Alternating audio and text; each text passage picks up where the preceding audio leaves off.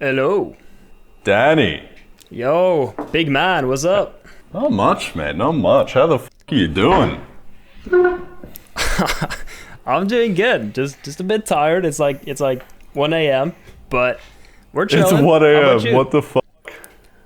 Yeah. Why did you pick this time? Or is that just like your normal schedule now? No, it was either 1 a.m. or like early in the morning, and I'm not an early morning person. I would, yeah. Okay. I'd probably bite your toe or something. It'd be bad. That makes perfect sense then.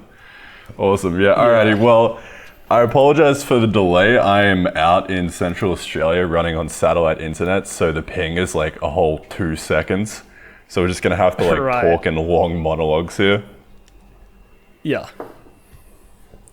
But yeah, no, let's just get cracking. I feel like I don't think we've ever hopped in a call together just to talk shit. So I think this is going to be interesting. I guess maybe not. Yeah. I think we've been in like a group call with Baji, but we've never like kind of just been in a call together, you know. Just the two Never had of any us. one-on-one action. Yeah. Yeah, man, this is going to be very interesting. Yeah. I'm looking forward to it. I don't know what the hell we're going to talk about, but I think it'll be good.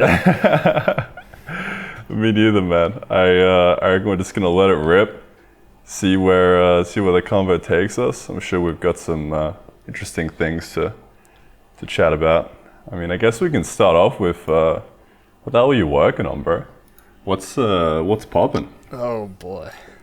I don't want to like reveal too much is the thing. It's but it's a pretty big one. It's a lot of server work and it's horrible. I hate it. I think I have like I've worked on this for 3 weeks already, and I'd say 90% of it is just server work, and there's no gameplay. Fuck.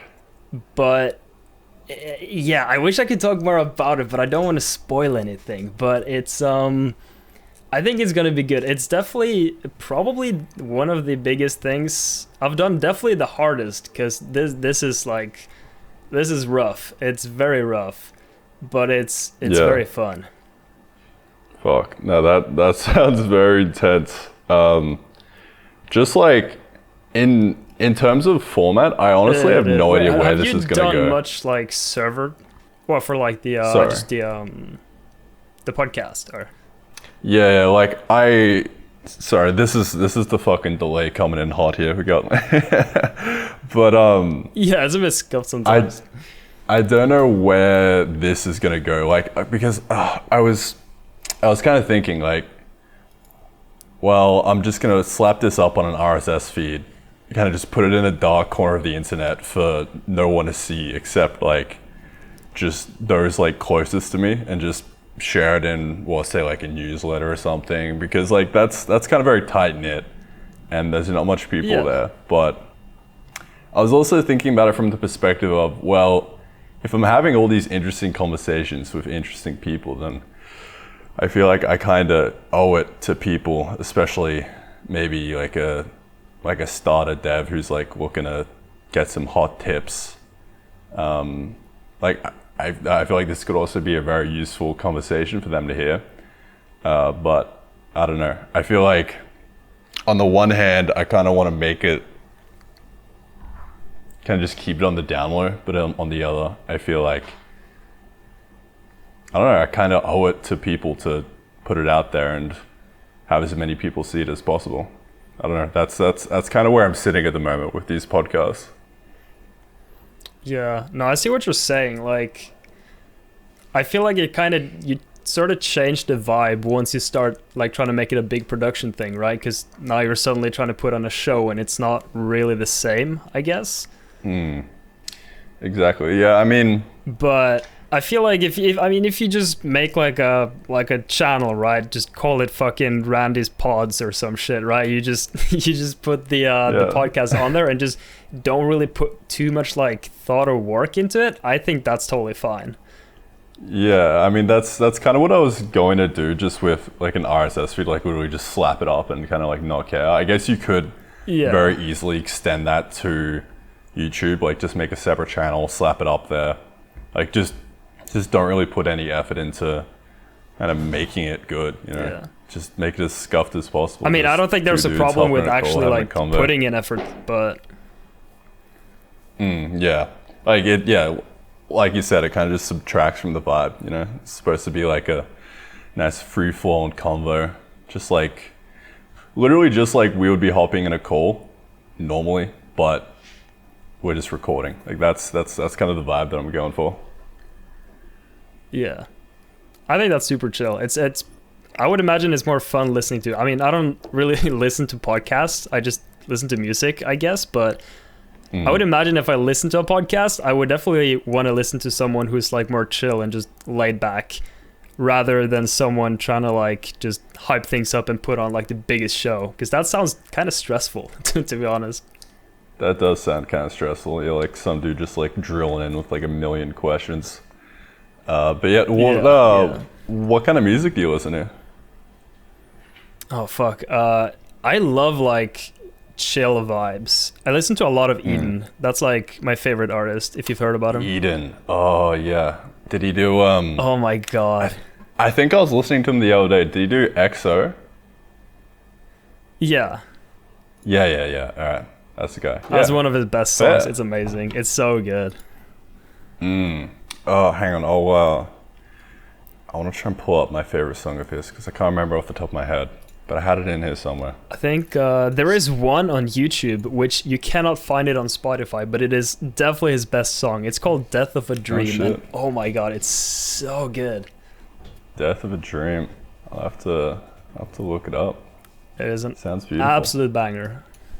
Yeah. I've also been listening to Tristam. Is that how you pronounce it? I'm not quite sure. He used to make like EDM Tristan, type yeah. music back in the day. Okay. Tristan, yeah. And now he makes sort of like more chill type stuff. I really like that. So you should. I can't remember what is his album. It is called Vlod or something. I don't know. It's really good though. It's really good. Yeah. Projector is my favorite Eden song. Oh, dude. Absolute So banger. chill. I mean, every single Love song it. is a banger, but it's so Yeah. good. Yeah. Oh, dude, So what do you listen to? I like a similar artist where just every one of his songs that he puts out, I just add to my playlist. Yeah. What's his name? Hawks.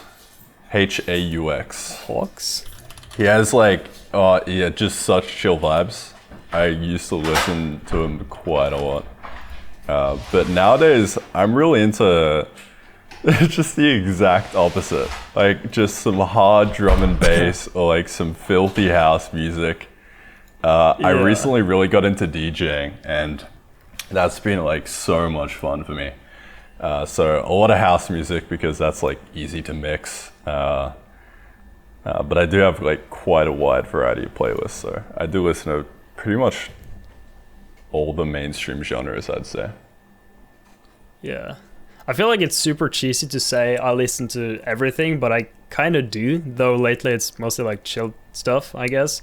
Yeah. But I don't know, like what do you listen to when you work? Because for me, I feel like I can't really have music with lyrics because I just can't focus. Oh yeah, for sure. Like I didn't actually figure this out until I started DJing, and I would be playing just like my normal playlist that I like listening to, and I'd be trying to program. But then every 3 minutes when the song changes, it would just like take my mind to a completely different place, and then like just remind me like, oh, I haven't checked out this artist in a while. I wonder if he's got any new songs, or like, you know, this would be good in this playlist or whatever. So like, I quickly realized that just how kind of distracting the constant change of like one song to a next is. So for sure. There's that, and so now when I'm working, I just deadass listen to silence. Like I have this playlist that's called Repeat, and really? so I'll either listen to just kind of like a white noise, just very low level white noise, or I really like just bird songs, just like birds chirping. It's so chill. or I'll just put like these songs of very consistent beats on repeat. So that's kind of my play. Yeah. Yeah. All right. I should maybe try that. I don't know. I feel like for me, it's either I either go with like lo-fi because as you mentioned, you Lo-fi's don't good, yeah. really have that rough transition, right? Where your mind goes, oh, that's an interesting song, blah blah blah, and then you check all these things. So like lo-fi is good, but I feel like it's either for me, it's either lo-fi or it's just fucking Euro beat, something that goes so goddamn hard. But also I feel like that works really well because I get so motivated. Like it really just pumps me up, and I feel like my programming just it increases by like a lot. No, right. Like I used to be a big. I have this. It's my most popular playlist. It's called Trance, and it's just like hard, just beautiful. I remember that from your stream. It goes so hard. Yeah. And that's really good. God. So like occasionally I'll like dip into that, especially at the start of sessions. I'll like boot open. I have a playlist nowadays, and it's called Dominant Lobster, and it's just like it's just drum and bass. So I'll just like whip that out and play like a couple songs of that just to get me hyped before a work session, and that really. No, I totally did the same thing. It's the thing is, if you like once you get too hyped and the music is too good, I just start like dancing. I just get up and vibe so hard. For a dead set. Just I look like an idiot, but it kind of ruins the work session. Yeah, no, that's a bit of a problem. You know, but lo-fi is definitely one of those just intentionally chill. All the songs are kind of the same, so they all kind of like blend together pretty nicely, much. And so that's pretty good. What are your crack lacking at right now? Because you're getting into Unity, right? Yeah. So, man, I've a lot's been happening. I've seen on Twitter. There seems to be a lot of things. Yeah. So I've been doing this thing called the Weekly Changelog. It's basically just a newsletter that I've been putting out each week. I've been doing that for about 10 weeks straight now. So I've been like just so consistent with that. Absolutely unheard of when it comes to me. But I've been diving into Unity a little bit, just for the sake of. I thought of this idea the other day, and it's like the difference between. It's like how you can kind of categorize some game devs. And it's like a top-down versus bottom-up approach. So like in Unity, and I think you're really, really good at this, like taking a top-down approach of just running through a bunch of different systems and not really caring how it works under the hood, and just being like, okay, I can get this to do this and it works, so therefore I'm gonna move on, right? And just like an example that I saw the other day in one of your videos. By the way, when I used the term the other day, I literally mean any period of time whatsoever. So this was probably like 6 months ago. Yeah. All right. Okay. Yeah, I mean, it was like, yeah. It was. I think you were doing animations, and you're like, I have no idea how this works, but it does. I'm gonna move on. and then at the time, I was like, trees. Yeah. And then at the time, I was doing like 3D animation, like skeletal rendering from scratch, and I was like, fuck me, dude. Oh my god, I remember that. That was pain. Yeah. And I'm just here getting these animations right on, just like that. That's yeah. No, and like that's the difference right there. That's like the top-down approach versus the bottom-up, kind of like trying to learn everything from first principles approach. And there's pros and cons of both. So like with the top-down, you can get shit done really quick, and like, man, you just pump out games like an absolute champion. There's just so many like different games and like YouTube videos on your channel, and you're just like churning through shit. I feel like maybe that's a little bit different nowadays with, like you said, you've been working on server stuff for the last 3 weeks, and that's been a bit of a pain. So I can imagine that would be probably a little bit finicky. Yeah. Well, I mean, yeah, because the thing is, like, when you do like bottom up stuff, I think that's super fun, but also it's really hard to make content like that because it, you know, as you said, it takes very long to get something out, right? But I mean, my videos just keep getting farther and farther apart, which, I mean, it's fine because I like working on these like bigger projects, and it's kind of cool when you like make something bottom up, right? Because you have so much more control, and you really understand like what you're doing, and I think that's great. And with this project, it's really cool. Like I'm learning so much about networking, and just like having a server that controls like everything, and all these things connecting, you know, different servers to each other, and all of those things. It's super cool, and it's totally different from what I've been doing in the past, right? Because as you said, I've just been pumping out games left and right using all these pre-built systems, and I mean I'm still doing that to some degree, but it's way more like custom stuff this time than any other game that I've worked on. So I think, yeah, like it's very different, as you said, from like bottom up to top down, but they have their pros and cons, and honestly, I really enjoy doing like bottom up stuff because I fucking love programming. It's so much fun. I could spend like an entire day just programming, and then it's evening and I'm like, oh, I should probably like eat or sleep. Dude, there's no better feeling than sitting down at like your computer and you're just kind of unencumbered by documenting your process. Like you don't have to record anything. You're not trying to make content. You just sit down and you try and solve some hard problems. Like that's a lot of fun to me. But I think like the best way to go about this is to just do both, right? Is to be good at both, to be able to be top down when you need to be and bottom up when you need to be. So like I've been really bad at top down development. Like, so that's kind of why I've force myself into the Unity environment. It's also because like the game engine that I'm using, Ryan's game engine Telescope, it's not quite ready for shipping. So I figured, well, I kind of want to get a game out. So let's hop into Unity and just fiddle around with this and try and pump something out.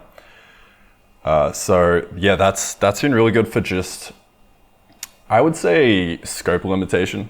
Just actually trying to, like, you have like a game in mind that's a really clearly defined scope, and it's so small that it's doable in like 2 weeks or a month. So that's kind of what I've been doing recently with the game. So yeah. So is it just something new, or is it Arcana?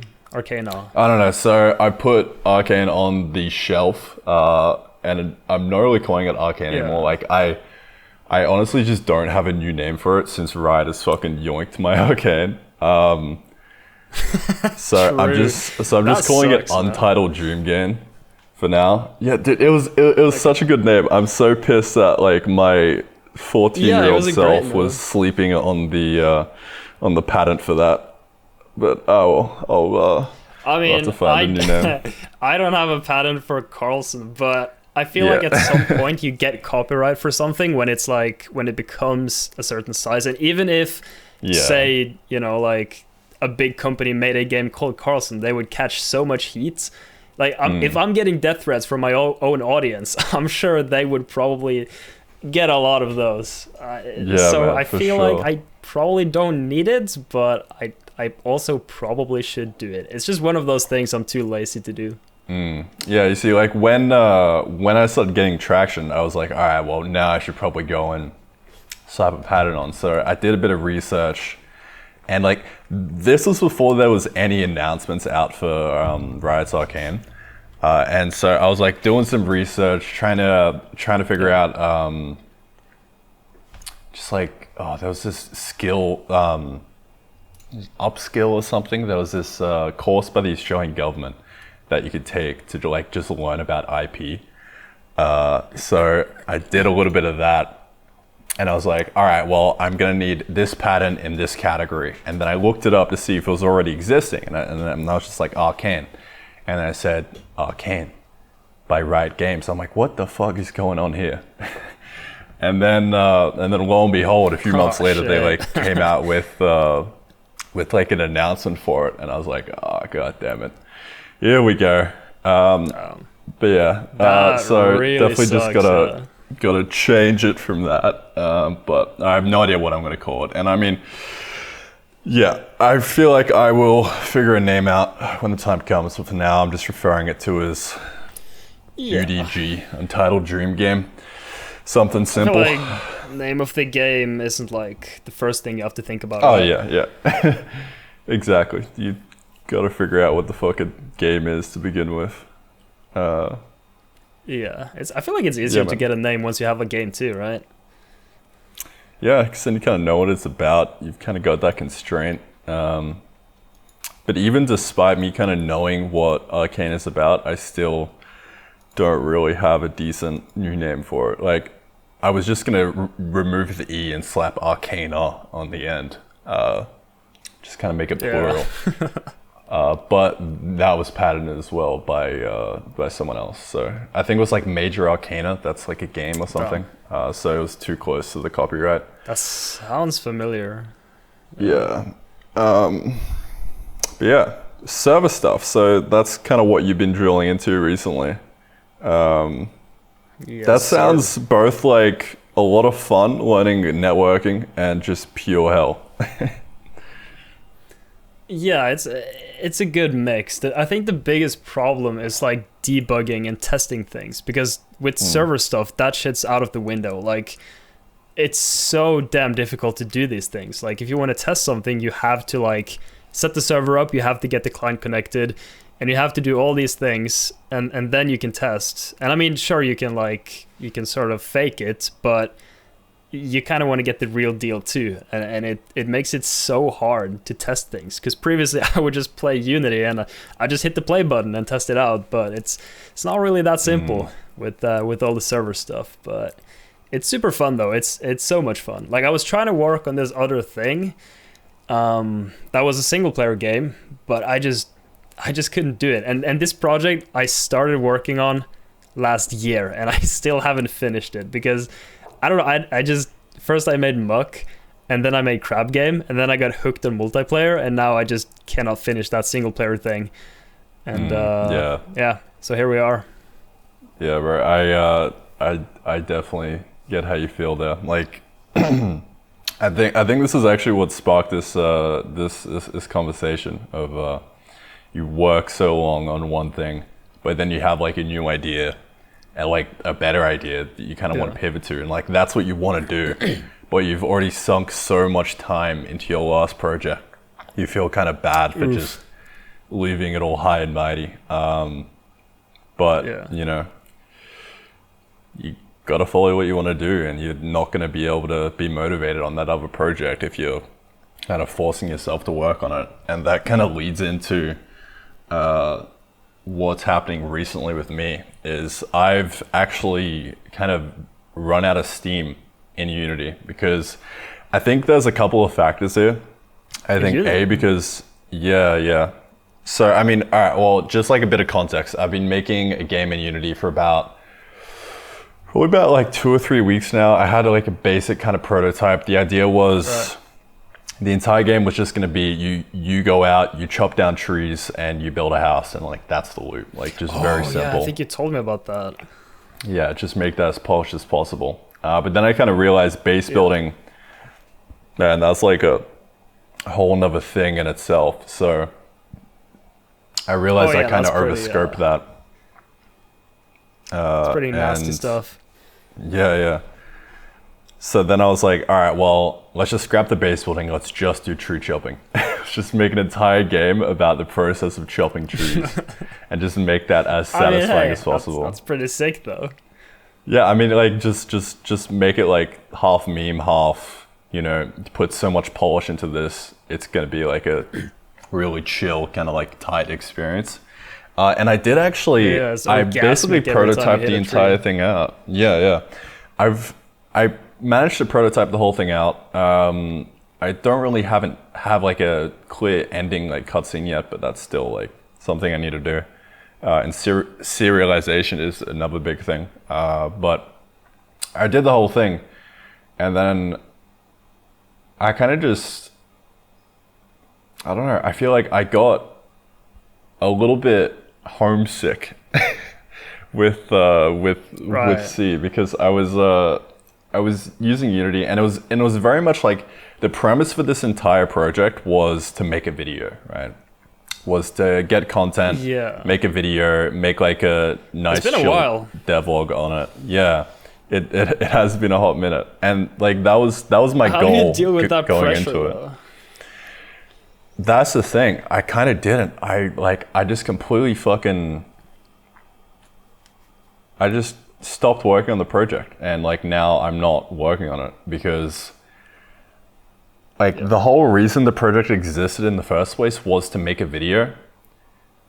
And I feel like that can't be a good way to do game development. It's from the lens of you have to have visible progress and content to show someone else. Like it just didn't feel right to me. So that's kind of the trap that I've fallen into. And like that's a trap I've fallen into a lot in the past with like the arcane devlogs even. That's like, that's kind of how it is with like Carlson too. Like, I feel like you fall into the trap of like making content for the videos instead of just making content for the game itself. And that's a pretty dangerous trap, because at that point you sort of, it just, as you said, like once you try and make a game just for a video, it's much less fun and you'll lose steam real quick. So it's really hard to find that balance. But at the same time, if you try and work just on a project or just figure things out, you can feel that sort of feeling creeping up on you, like your channel's gonna die, you need to upload, blah blah blah. Like it's such an annoying thing, but it's like it's always there. Yeah, preaching to the choir here. I mean, this has been an issue that's bugged me for so fucking long, and I mean, in the last kind of 2 months, I've originally the plan was this is like a whole nother topic, but I've kind of sold all my belongings and moved into a backpack, and I'm just going backpacking them, and I'm just gonna be a bit of a digital nomad, just going around into different countries, just renting out Airbnbs and shit. But I'm in Central Australia at the moment, so I kind of retreated into the desert to try and figure out my life, like just figure out what I want to do, and how to go about doing it and do that sustainably. And I kind of realized pretty quickly that I do not want to have this kind of like this issue of making progress for the sake of progress to show on a YouTube video. Because I really don't feel like that's a good way, like that's a good way of making games, you know? It's like... Right, yeah. What's that saying? It's like the ends justify the means, or some shit like that. I'm really butchering that. I'm not good with those sayings. But yeah, so I've been trying to figure that out, and I think I've kind of come to a solution, and the solution is quit YouTube and do not make YouTube videos. But that's tricky when you're relying on YouTube for your sole source of income, which I imagine is that kind of what you're doing? Yeah, I mean, all my income. Well, I guess I'm making a little bit from some mobile games that I've released, and also a little bit from Crab Game actually. But my main income is definitely from YouTube. Yeah, that's like 99% of what I make. I think the difference is, I guess, between us is I consider myself more of a YouTuber first and game dev second, whereas from what I can tell from what you're saying is you want to make games and then perhaps you want to do YouTube on the side. But like for me, YouTube is what I always wanted to do, and if I had to choose between YouTube and games, I would probably. That's a really hard one, actually, but I would probably choose YouTube because that's always what I have enjoyed the most. Like, I really, really like it. But yeah, I mean, I guess it just all comes down to what shows as well. You want, right? Yeah, definitely. I think originally what kind of stumped me, and it stumped me over and over again, was I never really picked a priority. It was like, I want to do both things really, really well. And that kind of led to doing both things very mediocrely, right? I would, when I first started out, this is like about 2 years ago now. Funnily enough, I actually went to the desert, like this exact spot where I am right now. I didn't really have an audience, but I made a video and I was like, I'm going to pour 100% of my effort into this video. And that was like the first green screen kind of devlog. And that popped really well. And that's like to date still my biggest video.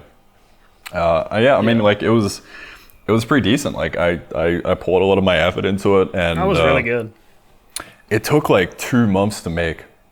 2 months of like scripting, recording, editing. Editing probably took the longest. That was like an entire month, which in hindsight, I could do that a whole lot quicker now. But yeah, like that was my exact mindset at the time, right? I was like, fuck editing, let's get an editor. So I hired an editor, and I tried to do the same content, the same kind of level of like green screenery, kind of just bullshit blowing up everywhere. With an editor. And so I would like script out these videos and I'd have these edits in my head like, you know, this is gonna be really funny. And then I would hand it off to get edited. And then he would like come back with like the first draft, and just like the entire thing was just like, did not meet expectations. And I was like, this is just dog shit.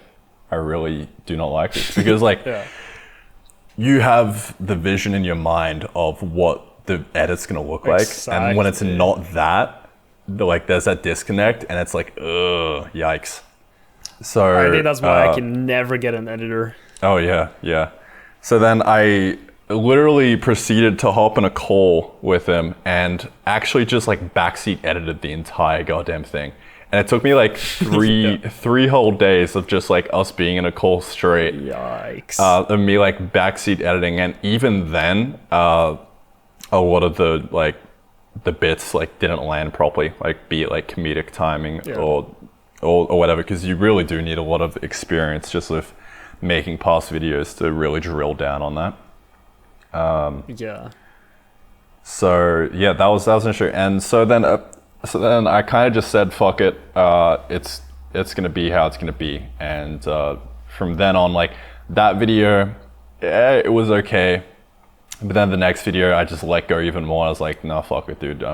Like at this point, YouTube definitely became like a means of getting money instead of like enjoying myself and expressing myself and kind of just having a good time, right? And my channel kind of just like spiraled down from there. And it just, each video was getting less views. And then at one point I was like, all right, how about I try and like strike this nice middle ground of not so much edited content, but I'll still edit it myself. And, you know, I kind of experimented with that a bit. Still didn't work too well. I think mainly because it's probably like my title and thumbnail game wasn't that strong. Still kind of probably isn't. And also the videos were probably just like very, this was at the time when I was like really diving into some like low level programming stuff, like the 3D animations. I did one on generating the ground, like the ground pixel art completely like via shaders. That was actually kind of an interesting video, but that was pretty cool. Man, I really enjoyed that. Yeah, no, that was probably the best video that I did on that kind of style of me just like sitting down and talking and just editing. Like it was still a bit of a bitch to edit. Like it still took me about a week, but yeah. So that kind of just spiraled down, burnt out, lost motivation for making YouTube videos, I guess. And then I kind of went down the stream highlights route. I was kind of doing this in the background as well. Stream highlights actually did really, really well. Not in terms of like each video would get like millions of views, right? But just the sheer consistency. Yeah, like 50K a video. I mean, probably not 50, like 30, 40. But like I was doing that every single day, and that definitely added up. And like just the ad rev of that alone, like that was great. And then the second hand kind of like, and every because video I was like live 10, streaming on Twitch. 10 minutes-ish. Yeah. And I was streaming on Twitch, so the primes from that was like absolutely amazing. And like I just managed to absolutely just rake in some fat stacks each month. Like at some point I was up to like 6K a month, and it was really great. But well, really, from Twitch and YouTube? Yeah. From this was 6K alone. It was off of donations on the site and primes. So it was about 60% primes, 40% donations, or something like that. Actually, it's probably like 70-30. That's really good, though. It was basically all the primes. Dude, Prime is actually insane. It is so... Yeah. I always just thought it was a meme, but I guess it's actually just fucking insane. Yeah, it's crazy. If you have an audience and can kind of like get behind that, then that's really quite great. The issue that I ran into here, I fucked up. Oh no. I didn't have a way of recapturing those primes each month, because at the time I was working with web devs on the side, and it was just a whole nother fucking mess in itself, dude. But I didn't have a way of... I remember that, yeah. I didn't have a way of like getting the monthly primes, like sending out a reminder to redo the prime. Yeah. So that was kind of like a one and done thing, and I would only get more primes if I would have continued to make YouTube videos. So my fate very much was still tied to making stream highlights. And then what happened? Eventually I just got bored of the stream highlights. Oh yeah. Just burnt out. I remember when I was like streaming a bit too, like the best way to actually get viewers was posting like a clip or as you said, like a highlight. Yeah. And then just linking the stream and saying you're live, because you would pull so many viewers doing that. But yeah, you're totally relying on YouTube for it, which is kind of like when you're streaming, you sort of want the stream to grow on itself without having to, constantly send people there. So I don't know, it's pretty rough. But do you not enjoy streaming, or? The issue I ran into streaming was the programming side of things, like having chat open and like that just being a massive distraction. So then I was like, all right, I'm gonna get rid of chat and I'm just gonna go. But then it was like, because I had this entire weight of this stream, it's gonna be a YouTube video, it's gonna get edited, I'm gonna rock up, I'm gonna do content. Like that pressure of hitting the go live button was just like too much, because it's like, I'm sitting down to solve some really fucking difficult programming problems. B, I'm making a YouTube video about it. C, I'm live, I've got to be switched on the entire time and not distracted and kind of like solve this shit, despite me having no idea, because man, that entire thing of skeletal animation, a lot of it's like linear algebra based, and I don't know linear algebra for shit, and my understanding of math is like grade 10 high school level. I had linear like algebra in school, and even I don't know shit about it, so yeah. Yeah, man, it's rough. There was this amazing quote that I saw the other day, and I was like, I think it was by Naval, and it was like, there comes a point in math class when the whole class moves a little bit too fast for you, or the teacher moves a little bit too fast. And instead of understanding things from like a first principles, bottom up, first grade, yeah. So instead of understanding things from a bottom up basis, like truly understanding everything, you're stuck memorizing formulas. And then from then on out, you just at that point there's like holes in your building, like your foundation is fucked, and you're you can't keep building. It's like playing Jenga, but you're just fucked.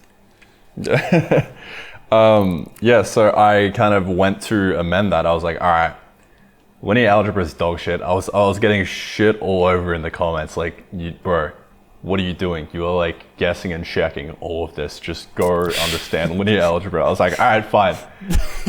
So then I went on Brilliant. That's literally how I program everything. It's just guessing and then checking if it works, and then back to maybe if I swap the sign value on this one, maybe that fixes. Oh nope, let's try adding 1 to it. Nope, like that's it. Exactly. Yeah, you just like scour Stack Overflow and just try and like break the problem down into as small pieces as possible and try and like fix it that way. And then when you have no idea what to do, you just fucking randomly flail around and like just time shit together and see, that's the problem with like creating a fucking server is there's so little information on it, and like just even like just working with like Steam networking, there's nothing. So you have to just figure everything out by yourself, and you have to pick up these small tiny ass breadcrumbs, and you have to just like work with that, and it's so rough. But I think that also makes it fun, because you feel so good once you pull off something that you completely figured out yourself. So in a sense it's kind of cool, but also like, bruh, I could have saved so much time if someone just told me, you know, what value to put into this function, because the documentation is dog shit. You know, like it's kind of annoying. Yeah, no, and that's kind of like where I've sought out to do like a bottom up approach, like actually do things from first principles and like understand as much of the process as is practical. I would say like you don't need to go down all the way to the level of assembly and like the ones and zeros and shit. I mean, like, to be fair, like programming in C is not that difficult. It's just because there's a lot of like safety issues surrounding it. Like it's a very unsafe language, and you can very easily shoot yourself in the foot as a beginner. Especially like with like the memory allocation and whatnot. But like that's where Telescope really comes in clutch. Yeah. That's where Telescope is really coming in. And oh man, Ryan's doing some amazing work on Telescope, and we're actually about to launch like an entire community based around it, and people are going to be able to come in and use the engine and all that kind of stuff. So that's going to be really great. That's kind of how you don't shoot yourself in the foot, because Ryan's already done all the shooting in his own foot and has made this like really nice set of modules that kind of allow you to make whatever program you want to make. And over time, as we have like a community that builds that, and as each of the modules, if they're composable and you can like put them together, then you can just imagine that like you've got a bunch of these people building these really solid Lego bricks, and then you can just like arrange them into a house. So that's kind of like where the top-down programming is coming into play, even in this kind of like low-level environment. So that's what we're trying to do, and emulate Unity a little bit more, because like you boot open Unity and you click a few buttons, you've got like Cinemachine following your fucking player. You've got like just physics working out of the box, and man, it's just an absolute treat. Yeah, just in terms of like prototyping and trying to get something done quickly. Oh, it's beautiful not having to stop every 10 seconds and like, or what's that? I don't have physics. Let me go literally learn physics from the ground up real quick. You know, like but yeah, if you're in an environment where you can very easily kind of build those Lego bricks of, I think Unity has like a pretty decent kind of like package management system. You just like install packages, and then that's kind of like the equivalent that we're going for, but just like a little bit more special. But I can't remember what we were talking about. All right. Oh, math. I don't even know. From like, so math? Yeah, I kind of like, I realized all these holes in my understanding, and I was like, all right, well, I gotta go patch it up. So then I went to Brilliant and just started learning like literally basic, like just the basic of the basics. I did pre-algebra. I actually just finished that like a few days ago, and now I'm moving on to like math fundamentals. You're doing that now? Yeah, I'm still actually doing that now. Like it's been very on and off. Only very recently, over the last like week or two, have I really been getting back into that. Because I kind of just fell off as soon as I stopped streaming. There was like a whole another thread so why there. did you stop streaming? Yeah, so it was a mix of like that pressure of making videos, because I mean, at the end of the day, all I want to do is make games and program. I don't want to like, yes, I do like making content, but I don't like making content for the sake of like making content because I need to get money, because that's when it becomes really formulaic. You get editors in, you're very much like a machine just pumping out content and trying to print money, right? That's exactly what I was. You're super entertaining though, but I guess that's also like super exhausting, right? Because when I was streaming, that shit is just like, it's so draining. I can't understand these guys like streaming every day. It's crazy to me. It's just like, I did it for like a month and I was dead after that. Like I never pressed that start streaming button again. So I guess like, is that it for you? Do you just, is it like the dude, yeah, like it was like that entire kind of like, you're always switched on content brain, trying to be entertaining, like thinking out loud, talking to yourself, just doing all this dumb shit, screaming when problems get solved, right? It's like that side by side with already an extremely like cognitively demanding task of trying to program stuff. It's like you put those two together and it's a recipe for burnout, right?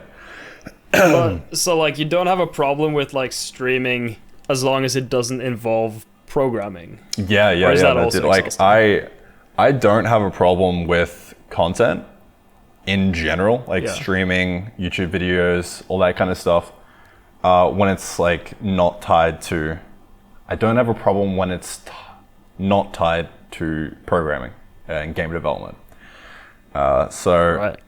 Any other content, like I still absolutely love YouTube. Like they'll like you said, like that's just something that I myself also just really enjoy. Like ever since I was a wee lad, I would always be like, same. YouTuber, Pog, let's go out and become YouTuber. And I just made like all these back shitty in the little, day like, when it wasn't Minecraft cool to be a videos YouTuber. Yeah. Like I kind of went down that path. So it's kind of like, with my first video on this channel, it's kind of like why it wasn't completely dog shit. Like, I mean, it's still dog shit in hindsight. Was that your compared to my first recent video? Stuff, like, but no, that was like my probably like 100th video. I made a bunch of so you have like a million channels too then in the past? Yeah. Actually, when I was probably about 14, I was big into CS:GO. Big into CS:GO gambling as a nice 14-year-old. But I made nice, man. I remember there was this thing that came out, and I made a CS:GO tutorial video of how to best get XP with this certain thing. It was oh hell yeah. I think it was like a kind of like a battle pass before they even existed, right? So I was like, how do you grind XP on this? And the video got like 300k views. I was like, jeez, like that was like my first like big video. But like it was a tutorial, so like no one gave a fuck, you know. But yeah, no, there was definitely a lot of YouTube beforehand. Yeah, I think like I talked a bit about it in like the video I made about like why I was banned from YouTube, but like one of the videos that I made on like my gaming channel when I was like 14, 15 had like 1 million views. I had several with like hundreds of thousands. It was pretty crazy. Like I was kind of cracked, I think. I can't remember much though. But yeah, then I got banned and it all sucked. But yeah. That's rough. That's sent you down the path of doing something else. You could be that's might have been a good here thing right though. now grinding out some what kind of videos did you used to do? I was just gaming stuff. Yeah. Yeah, right. Dani could be a gaming channel. Dani Gaming, hell yeah. Hell yeah. But yeah, That was no, pretty like fun that's though. I like that. yeah. I used to run home from school just to make videos. It is a lot of fun. Like playing games is fun in itself. Like trying to be a kind of, I don't know, content creator. I fucking hate that word, content creator. It's like, it's such a blanket statement that you can just like rope absolutely everything into. Instead of like pouring your heart into like a nice piece of art, it's just content, you know? And that's just all we are now. Machines and the big cog of the YouTube algorithm. Yeah. Sad. I love how like the Twitch vocabulary has been instilled in us since streaming. That is just everything. Yeah. Like, ever since I started streaming, just whenever I talk on Discord, it's literally just emotes. It's horrible, but I also love it. Yeah, no, dude. I had a very similar thing happen to me. Except like I would just use this in like normal conversation with like my friends who just had no idea what the fuck it means. So it was just like, it really wasn't that great. So I've kind of like culled it from my vocabulary at this point, but I don't know. I like it. Kind of bringing it back. Yeah. How fucking funny was that entire tangent of us becoming Minecraft speedrunners? Jesus Christ. I don't even know, man. Like, I don't know what happened. Dude, we just fucking woke up one day and just for an entire month we just became Minecraft. I was doing that shit for like 3 months, dude. I was addicted. Oh my god. You actually went into it so fucking hard. You got like, what, I was fifth so in the world salty, or some though. shit? Yeah, the thing is, I got 5th in the world, and then I grinded for 2 more months, and I couldn't get anything. Because it was so sad. It's and so I was getting RNG, better and better, but I just could not get a good run. Yeah. And then I just had to sell, because it was like, at that point it was like, do I keep going and kill my YouTube channel, or do I just make this stupid fucking video and move on? And I just took the hard decision and just moved on. So luckily I did that, because otherwise I would probably still be sitting here playing Minecraft. But it was fun though. It was fun. Yeah. No, dude, it's so easy to like throw our fucking monkey brains at any kind of challenge and just go, you know? Like, be it programming or like challenges. Just competitive games. Like, oh man, like that's why I kind of like, when Valorant first came out, I was pretty fucking hooked on it, but I had to like pry myself away from it because I know it's like you can easily just go down that path of like, I'm gonna be a professional Valorant player, you know, and just fucking like it's you just throw us at like any kind of problem and we'll just fucking run like Forrest, you know. I think that's a good trait to have though. Not everyone is like that, you know. I think it is when you're being thrown at the right problems. Like, this is something I've been thinking about a lot recently. True, yeah. Like, there's an infinite amount of things you can do, right? But it's like how just should be spending like an equal amount of time figuring out what you should be working on compared to when you're actually doing that work. Because like, if you work on the wrong things, and what the fuck's the point, right? So you should invest like probably not like an equal amount, but just as much energy into picking what you're working on. That's pretty interesting. Like, just thinking about like what you could work on. Like, I've thought about that several times. Like, there is a sequence of things you can do right now to become like the richest man in the world in probably like a few minutes or hours. I don't know. Like, just thinking about like that is kind of like interesting. Like, what is that sequence? Like, you don't know, but it exists. So I guess, I mean, that's obviously a very extreme scenario, but I guess what you're saying about thinking about what to do before doing it actually makes sense, because you can come closer to becoming that billionaire in a few hours. You're not going to get there, but it's better than just sort of running around wondering what the fuck you're doing. Bro, so in a sense, I should probably put more time. Yeah, Who knew? that's basically what I said.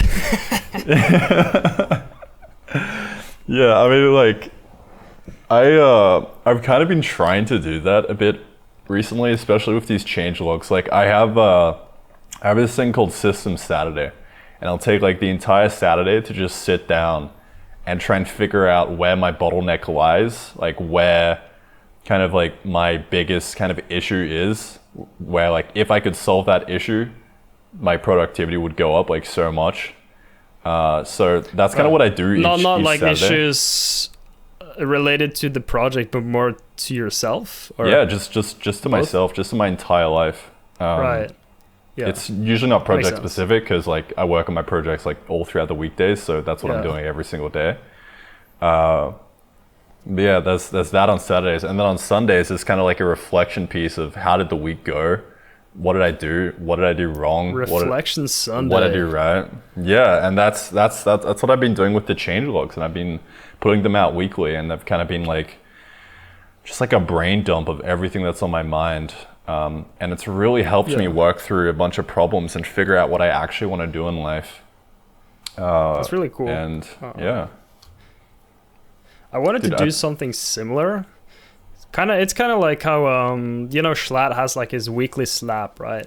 Yeah. Kind of wanted to do something like that, which is also kind of similar to what you're doing with your weekly like updates. It's like just sort of just sitting down and just talking into the microphone and like just saying whatever comes to mind. I think that'd be really cool. Just getting it I out, just yeah. haven't gotten around to doing it, but I think that'd be sick. Because like back in the day that's like what got me into YouTube in the first place. It's like watching these dudes play Call of Duty and just murder people and then talking about like just life.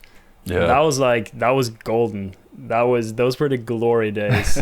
So I kind of wanted to recreate something like that because I really enjoyed that. Dude, I think like just some practice of like journaling or reflection or just like walking through your thoughts is so bloody underrated.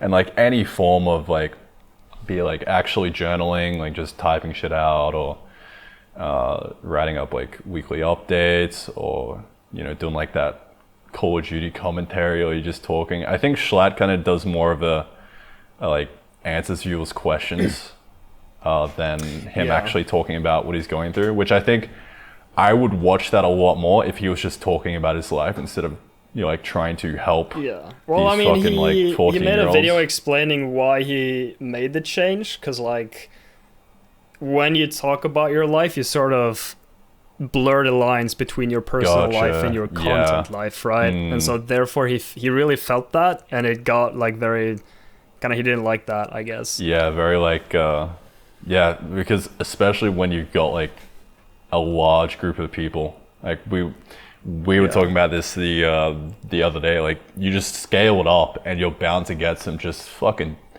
absolute horrendous people in there who will just track you down, find out where you live, and just There's be an bad apples absolute everywhere. fucking nuisance. Yeah. So like that's kind of like the issue of numbers there.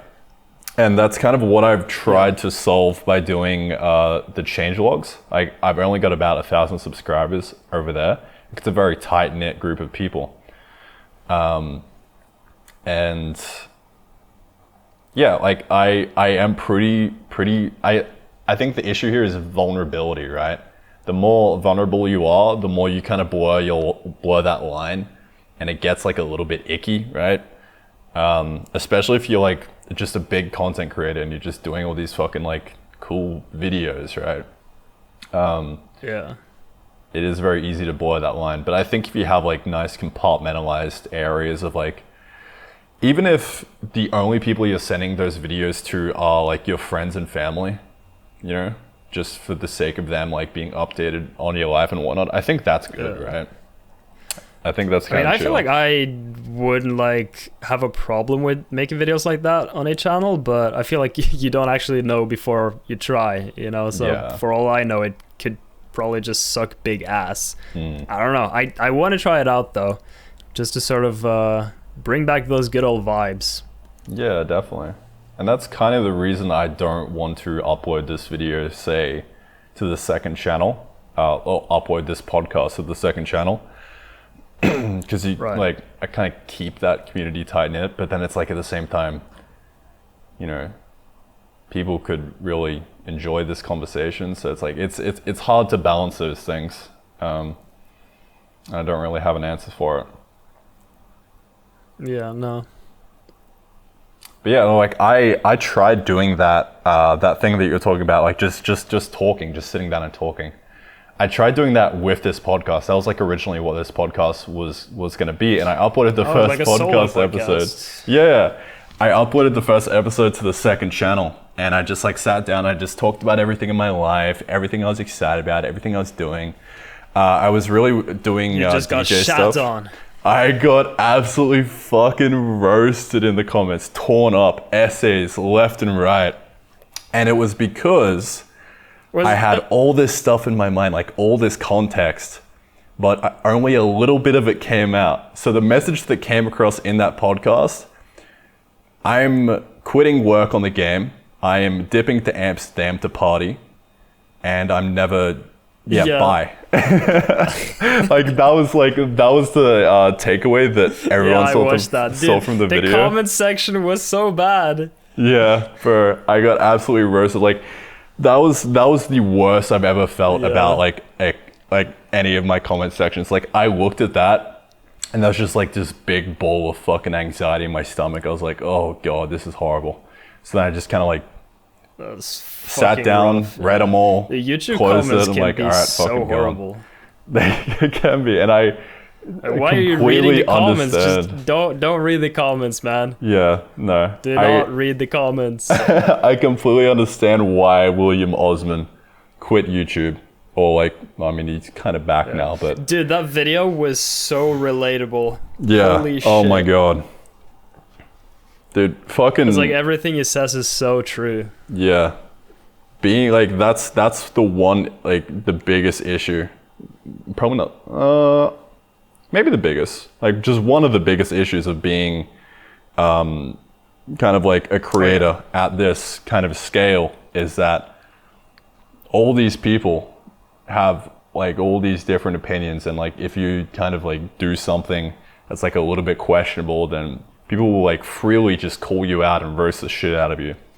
And like the part that makes it sting is that there's an element of truth to it, right? Is it's like a comment wouldn't faze you if there weren't a little bit of truth to it.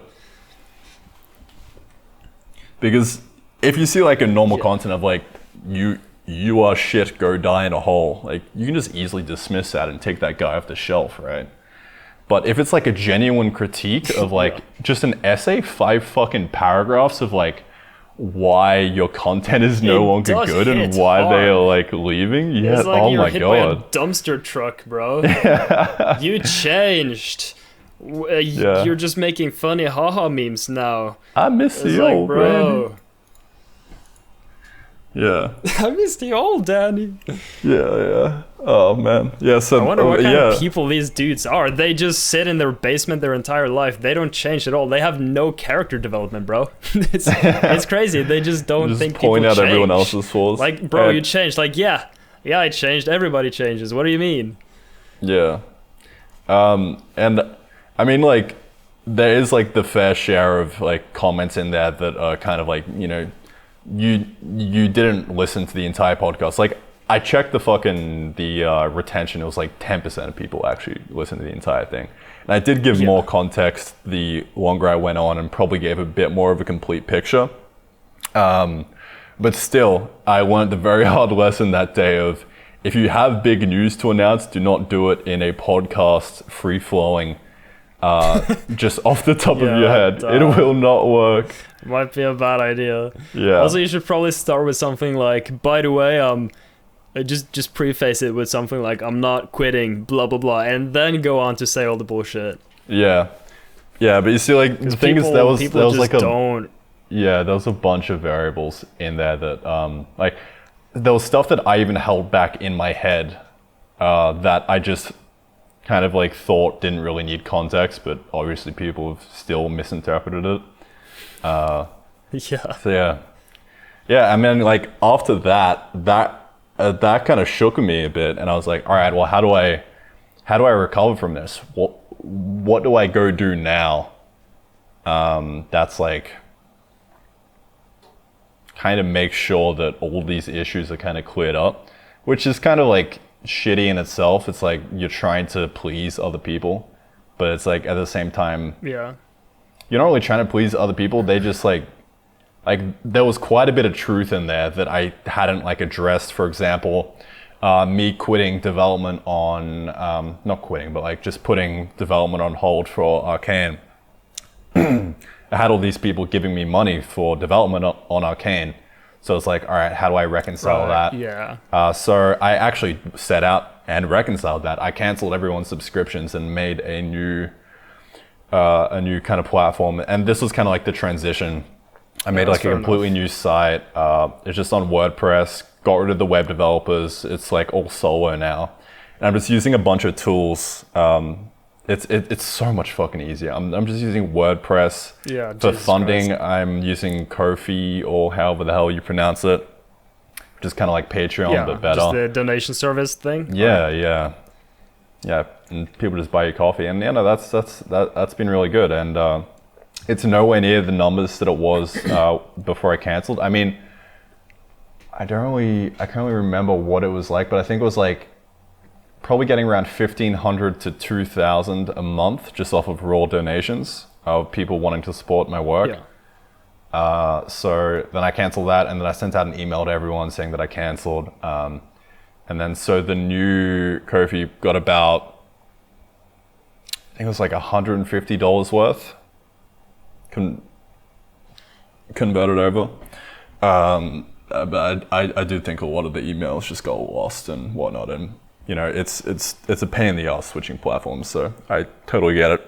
And it's also on top of like a lot of them probably saw that comment section and was like, okay, why am I gonna give my money to this guy anymore, you know? Yeah. So there was a lot of easily details missing. influenced by shit like that. Yeah. But yeah, no, that's kind of what I set out to amend for the entire like last couple months. That's why I went to the desert, is so I could just sit down and write and just fix this.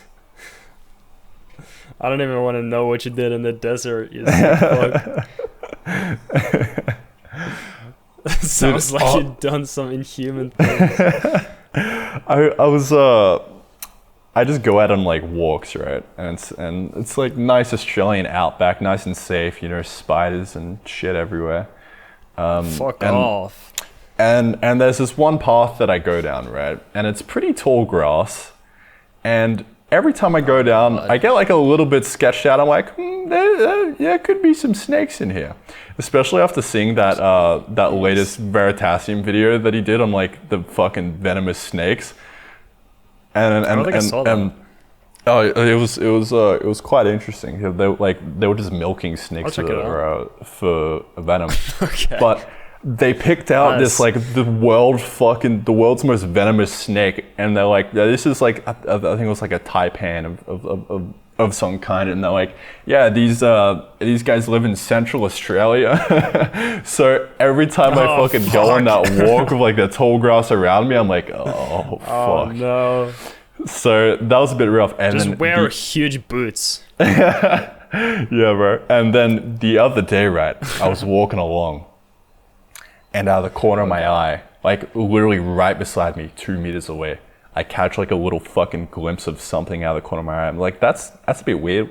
What is that, like a fucking, some stockings or some shit? Because there's like a black little kind of pattern. And I was like, oh fuck, that's a snake. And I just fucking just bolted away, right?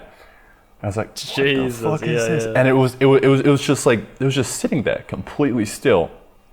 So then I walk up to it, I'm like, yep, that's definitely a snake. You walked up to it, you're like, what's up, bro? What's up, bro? I was like, is it What's dead? poppin'?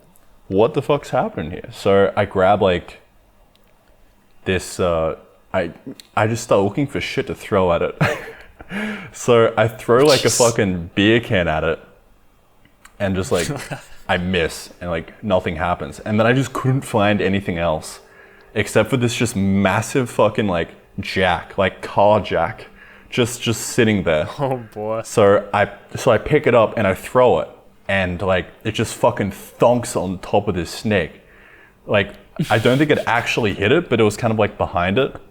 But it definitely set it up, and like it fucking just went and just like moved, and I was like, oh fuck, it's alive. So then I was like, all right, I'm fucking out of here. Walk ruined. I'm never walking down this path ever again. So then I like walked away, and I found like this really big stick. I'm like, oh, this is gonna be fun. So I grab a big stick, and I walk back to the snake. Try and this is such a bad idea. And try to like poke it, and I walk back, right, and I'm like getting excited to poke this snake with a stick, and it's fucking gone. Oh jeez, it's fucking gone. I'm like, oh shit, I'm out of here, boy, and I just sprint home. Oh no! It was fucking horrifying. Jesus so Christ. yeah, that's what happens awful. in the desert. Wow. Okay, well, I'm never going to the desert. Get to know.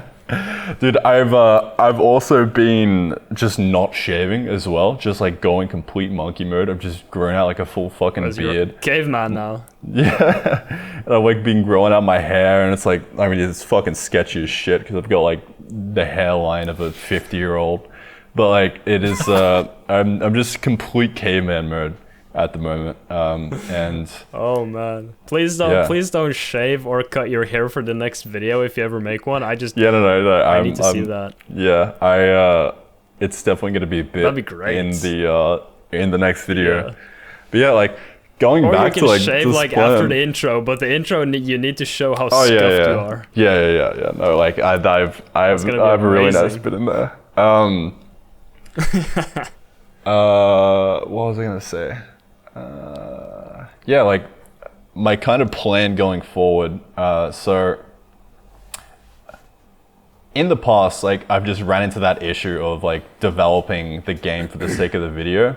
And I never really learned my lesson, but I knew that it was kind of like, I have to fix this, right? So when I was here, when I like came out into the desert, and also after seeing that like fat comment section from the podcast, absolutely lovely. I took this writing course to like try and figure out, all right, well, I'm going to figure out how to write essays and kind of articulate myself better so that I can make these big life-changing announcements over the written word instead of very scuffed like via podcast. So then, I took this like, it was like a 5-week writing course. It was absolutely amazing. Met some like really nice friends. And yeah, I kind of just did a bit of writing, tried to figure out what I do, all in the background, still maintaining that changelog. The changelog's been absolutely amazing. Like that's been my go-to for trying to sort through all of these issues, especially with like the funding and whatnot. Trying to figure out like the new funding model of like how do I make a funding model in such a way that I never run into this issue ever again of I'm kind of like changing up what I'm working on. And now like I kind of leave people hanging. So the funding model is now like, if you like me as a human being, you can like support me, right? Or if you like the work that I'm currently doing, you could do that, yeah. Yeah, like you definitely want just, like when I was doing Patreon, I started with the same, like how you described. I was like, yeah, support my game off the sticks. And that is just not a good idea. You should definitely do as you say, just like support Randy as a person. Yeah. Like donate to him so he can eat food and do his thing and then, see where he goes. But I feel like making promises with things like that is such a bad idea because you just always end up getting fucked so hard. Dude, definitely. So and people are so entitled too. Because I did change the Patreon to after just like support me or something like that. Or I don't know. I didn't really like have any like big promises or whatever. But like people still got like so mad and like so like I don't know, like it was really weird. I mean, I feel like they're rightfully entitled because they're like parasocial kind of. They are giving you their hard-earned money. Yeah. But at the same time, it's like if you don't enjoy this, just cancel your subscription. you know, like just Yeah. have it be done with, right? Which, you know, that's kind of the logic there as well that I was going with initially. That's why I kind of like left the subscription open for a while. I was like, all right, well, if you really don't like what I'm doing, you can easily cancel. And quite a few people did actually cancel, and you know, that was fine. And it was actually a struggle. No, but that's a good thing though, because you don't want people giving you money if they shouldn't be giving you money, right? Like, it's, dude. Yeah. That's such a good reframe of like, now I see like unsubscribers, be it like on your content, on your like people who stop supporting you, people who stop like giving you money, right? That is a good thing, because the more people who unsubscribe from you, that's like, why would you want someone following you that doesn't actually like what you're doing, right?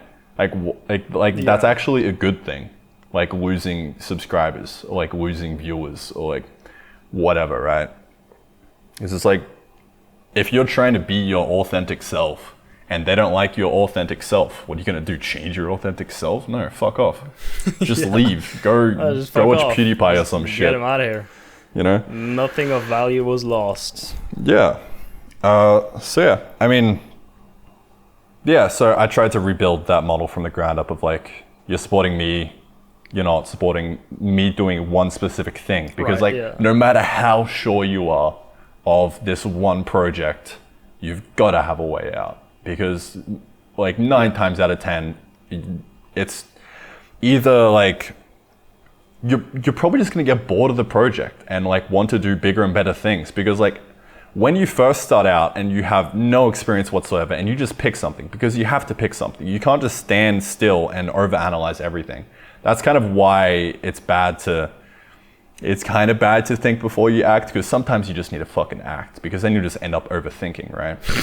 But like, you pick something and you're like, I don't know if this will be good, but I enjoy doing it, right? But then one day it's like, you stop enjoying doing it. You don't want to do it anymore because there's this other thing that you want to do, because that's like a better thing. And it's like, all right, well, why make single player games when I can make multiplayer games and work on server stuff, right? Exactly. So it's like, you do not make the mistake of pigeonholing yourself into one specific either type of content, video game, any kind of like specific thing. Try and be as general as possible. And that's kind of the model that I have adopted with this new website, with just my entire being going forward. Like these weekly changelogs, the reason I can say for certain that I'm going to make a weekly changelog for the next 5 years is because the changelogs are such a general thing. Like, it's in the name, it's change. Like it's literally just going to be a reflection of my current mental state. It's like, the only constant is change. So I'm just gonna write about whatever the fuck I want to write about, right? Whatever's front and center of my mind. You know, right now it happens to be game development, it happens to be like YouTube, all that kind of stuff. But towards the end of this year, I'm gonna go off on a bit of a DJ tangent, and that's gonna be a lot of fun. I've got some really fucking cool shit planned for that. And I think that's probably gonna be a bit of a resurgence with the Twitch streams and like content and whatnot. So that's gonna be very exciting. I'm looking forward to that. It sounds so random, but also so sick. Like, you did one stream where you were just DJing. I was so confused, but I was vibing. Like, you were just standing on a porch or something and just like, just jamming. Yeah, dude. It's so much fun. Like, just the mixing of the music is like fun, but like playing to a crowd, that's so good. Sorry, Wait, so are you playing a lot to like crowds, so like getting gigs and stuff? Yes, so that's kind of what I was working towards with in January when I made that podcast. That was when I was I kind of took that month off to just practice DJing a bit more, because I had my 21st party at the end of that month, and I basically just DJ'd for it, and it was a lot of fun. Like, so I was like playing to a room of people, and it was fucking hectic. It was awesome. I actually got some footage for it, and I'm probably gonna pop like a little snippet of that in the next video as well. I just have this backlog of like really cool shit that that I've done that I'm gonna throw into this next video. So that's gonna be very cool. Plus, it's also gonna be like do you know what the next video will be, or was that supposed to be the tree thing with the yeah? So it started out as like that video was gonna be a devlog on that game, very much like inspired by you like making like a game, say something like Muck, just making a video on it and just fucking like leaving it alone, right? Like just really trying to cultivate that top down, don't give a fuck vibe, just get it done. So I set out to do that, and then midway through, literally like probably a few days ago, it was last week, Friday or Thursday or something, I'd almost finished the prototype. I was like moving onto serialization, but I was like, I really do not enjoy doing this. I cannot bring myself to make another bit of progress on this. I was like, why the fuck is that? That is so strange.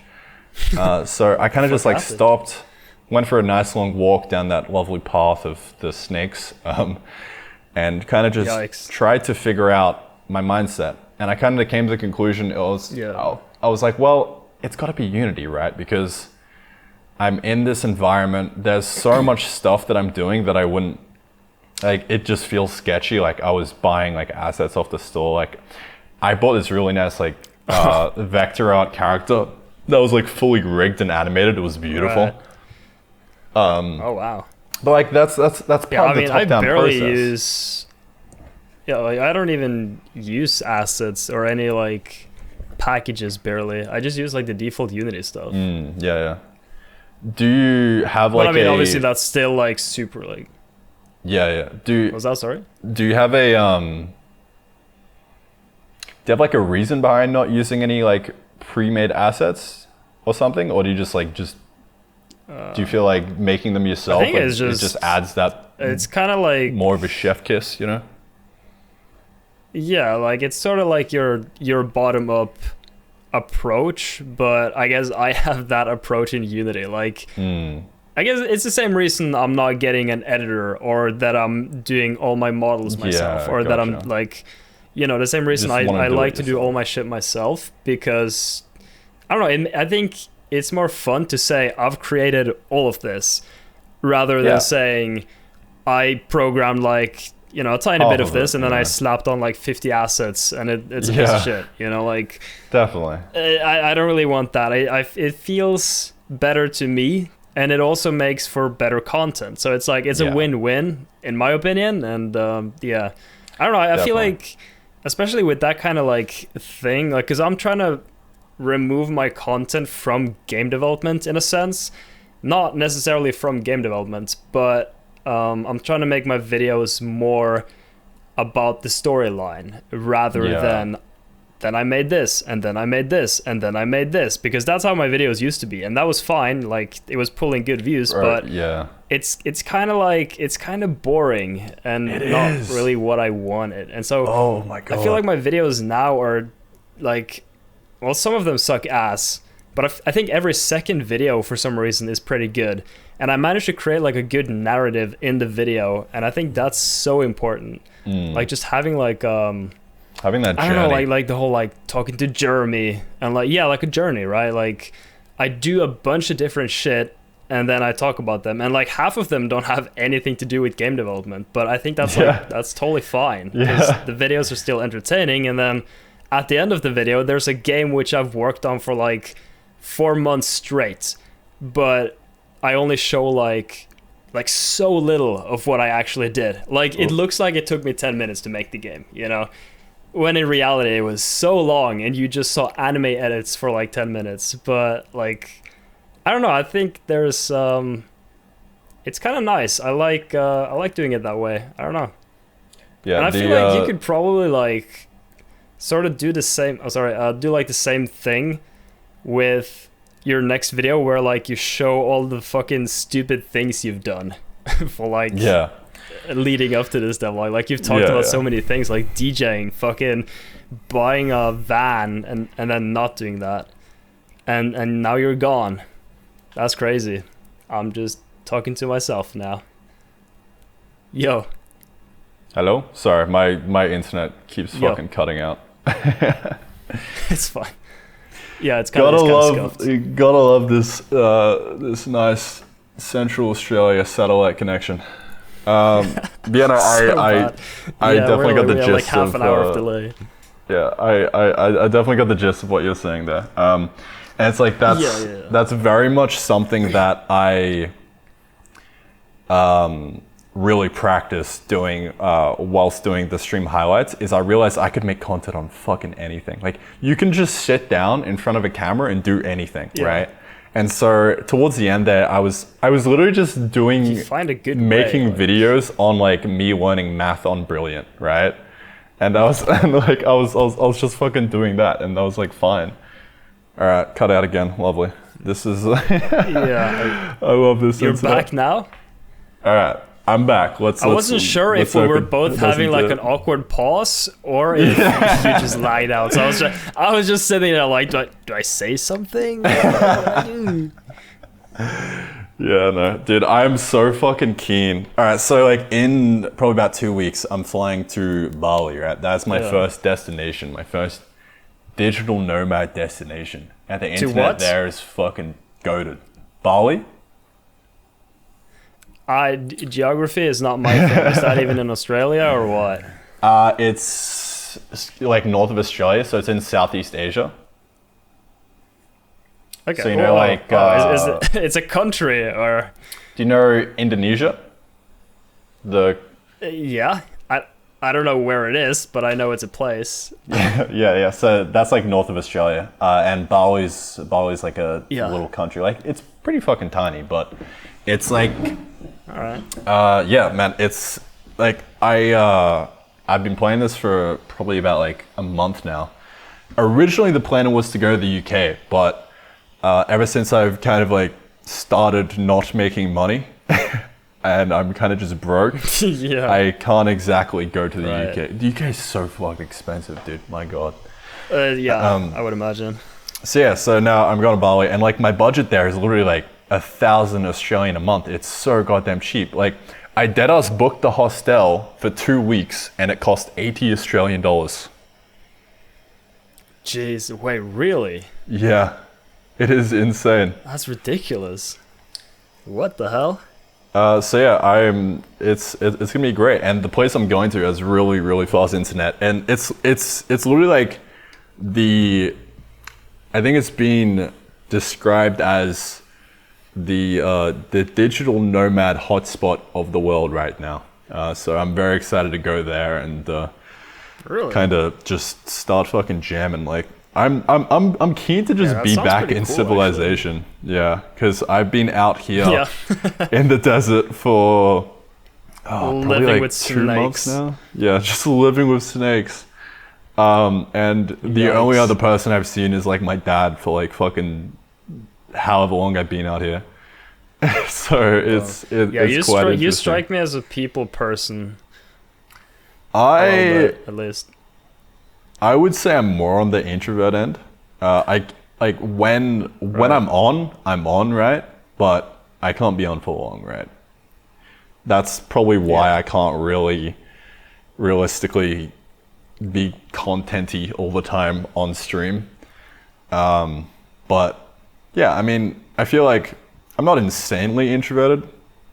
I feel like probably more socially awkward than anything, right? Oh yeah, same.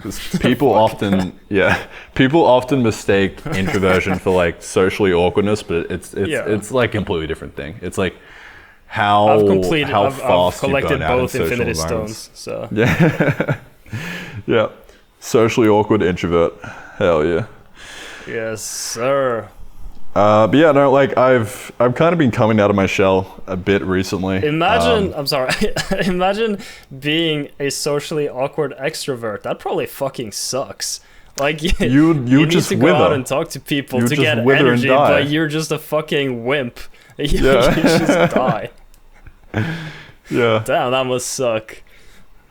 I think part of the mechanism here is like basically your motivation to talk to other people. And like, so say you have like a jar, right? And every social interaction, you like add some water to that jar and it fills up. Introverted people, they have a very small jar and it can get full, and you can kind of be satisfied from like social interaction just by having like a few nice conversations. But with extroverted people, they kind of have a bigger jar, so they've got to like get more social interaction in order to be satisfied. At least that's the explanation that I've heard from old mate Andrew I Huberman sort of thought of Huberman it Labs. the other way, as in you have a jar with like your energy or water, right? And when you talk to people, you sort of spill out the jar, right? And introverted people have a smaller jar and extroverted bigger. I mean, it's sort of the same thing, but I guess it's more like you're losing energy by talking to people. At least that's how I feel. Like I get very exhausted just speaking to people. Yeah, I mean, it's like, is the jar half empty or half full, right? I mean, like, it's... Yeah, true. I think it's definitely, like, there's definitely similarities in it, but it's like, yeah, I'm not too sure, honestly. I think it's really one the same. Like, I definitely get the same, where it's like, I do feel exhausted after talking to people. But I wonder if that's exhaustion or it's me just being satisfied and not wanting to do it anymore. Like, are those the same thing? Or it's like, yeah, I don't really know. But there is what if you definitely never some nice want to do neuroscience it? under it. You just never, ever want to fucking socialize ever again. What are you then? You are not a human. Oh, fuck. I mean, like, we're in a conversation right now, though. You know? Like... True. You're not completely running away from this and avoiding it. Yeah, just a little bit. I just had one vanishing act. That's pretty good. Bro, I fucking saw that. One. I saw that last night where you're like, this is where I make my vanishing act again. And I thought you were dead. I was just going to vanish and like not reply. I'm like, all right. All right, he's gone. Working on his fucking server again. Yeah. Yeah, man. Oh, it's like... just, it's as you said, like, sometimes you see, like, a Discord DM, you're like, I'll reply to it later, and then you get another DM, and you kind of forget about the previous one, and then suddenly you're there, balls in your hand and foot in your... I'm not good with those sayings, but, yeah, you know what I mean. Yeah. I feel you. Alrighty, I feel like our conversation got a little derailed there with the shitty internet connection. I can't exactly remember what we were talking about. Yeah. Fuck. But let's just pick it up on just some random ass other topics. Are you reading any books at the moment? Sure. I have not read a book for like probably more than 10 years. So you're not a book guy? Yeah, fair. No. I mean, it's I've kind of want to like try and pick up some books, but I just never got around to doing it. I don't know. My content brain is so fucking like just content that whenever I do something that's not YouTube, it just feels wrong. It's like, bro, I can't make content off these books. This book isn't content. It's not even a joke though. Like it's kind of sad. It's like, I mean, I guess that's what makes you such a good YouTuber though. Like you rake it in the views, you rake it in the subs. You've just got that content brain on, and you know what you want, and you're going for it. And I respect the hell out of it. Just cut out again, or oh shit! I was basically just giving you a fat compliment of you. Oh, sick! You know what you want, and you're going after it, and I respect the hell out of it. Yeah. Like you're just fucking running it, you know. Like it's what you want to do. You want to be a YouTuber. I mean, content brain's on. Yeah, it's just like I feel like it's probably a good idea to find like a good mix. Bit of a balance, yeah. I don't want to end up being like 40 years old and still doing the fucking YouTube thing and not having a single friend or like family. You know, that's a pretty bad idea. So I definitely should try and at least work a bit on it. It's just the problem is like my brain is like once I start working on something, I eat, sleep, and shit that something. Yeah. Like it's crazy. It's really bad. I think that's probably the case for like most people, especially for like I'd say like programmers or like game dev. Is like once you find a new something that you really like working on, it's like you just go so hard for a little period, and then you're like, oh, this is boring. I'm moving on to the next one. Yeah, I mean, like I feel like there's absolutely nothing wrong with chasing that. Like that's what makes life fun. Is you find something you want to do and you just go do it. And it's absolutely great. I mean, with YouTube, I don't really know how. Well, I can walk through how I've kind of seen that issue and tried to fix it, like the steps that I've taken to try and get rid of that. That's kind of what I'm like in the middle of at the moment. So this video, so I plan to make like a devlog on the game, but then the game was like, well, I don't want to make it anymore because it's kind of being made solely for the sake of a video, and therefore I'm not going to be motivated to make it. Initially, I thought it was just Unity, and I thought, you know, Unity's dog shit. All my homies hate Unity. I need to go back down into C and do this. But I dug a little deeper, and it was really that dichotomy of am I a YouTuber or am I a game developer? And I can't be both, and I've got to pick one. And me making this video about this game says that I'm a YouTuber, not a game developer. So, you know, that's when I kind of got stumped. So now my plan is, all right, well, I've noticed that, and I'm just going to be a bit meta and commentate on that and be like, I physically cannot do both, so I'm quitting YouTube, bye. like that, wow, like, okay. Like that's the TLDR of the video. I'm going to explain it a little bit more, but nice. That's basically the takeaway. Did you just spoil me? I did kind of spoil you, and I do apologize for that. Shit. That's fine. My I cannot remember what I had for breakfast, so I'm sure I'll forget it when the video is up. Yeah. You'll forget. All right. And it's like, what else was I gonna say on top of that? And it's not like I'm gonna stop creating content.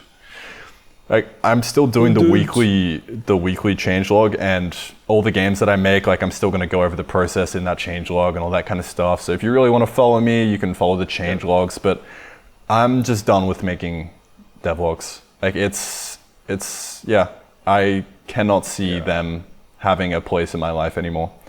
That doesn't make me miserable and not want to, and just not want to fucking do game dev. But the comment section will make you miserable when you upload that video, that's for sure. Honestly, fuck them. I mean, I feel like just don't read the comment section. Easy clap. I'm going to try my best to say everything that I want to say. Like I'm just gonna put all the cards on the table and let it fucking roll from there. Also, like what I've always done, and like what everyone who does YouTube should do, is just make videos for yourself. Like you're not making it for anyone else. And once you start making videos for other people, that's when it all just shit hits the fan. Exactly. Like it's so important. If you're trying to make videos to go viral, they're not gonna go viral. If you're trying to make videos to get views to please other people, then it's not gonna work. It has to come from a place of, I'm making this because I want to make it. So now, this video now has the benefit of like, I'm not trying to make a video to go big, which is kind of what I was trying to do before, like making a devlog for this game, right? Now I'm literally just making the video because it's something that I want to make, and it's a conclusive ending to this entire like devlog series. And it's not like I'm gonna stop being a YouTuber. I'm just gonna stop being a game dev, like devlog YouTuber. Like I'll still make videos if I have a video that I want to make. For example, I really want to start doing some nice like kind of storytelling stuff. Do you know Nathaniel Drew? He's kind of like my go-to with that. No. He's kind of like just like a travel lifestyle. He just tells good stories. Right. He just has really nice cinematic edits. That's Like, dope. I feel like that would be really fun to do. I'm sure YouTube still has a place in my life, but it's going to exist separate from game dev. Like, game dev is going to be its own thing. YouTube's going to be its own thing. And you know, I'm going to focus on game dev first because I think just that's wanna get that's a really good idea if you're trying to make a game.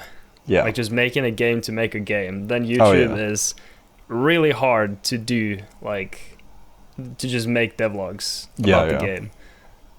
So I think that's probably like the best decision. Yeah, and that's kind of what I've come to, because I really, at the end of the day, if I had to choose, it would be game development, right?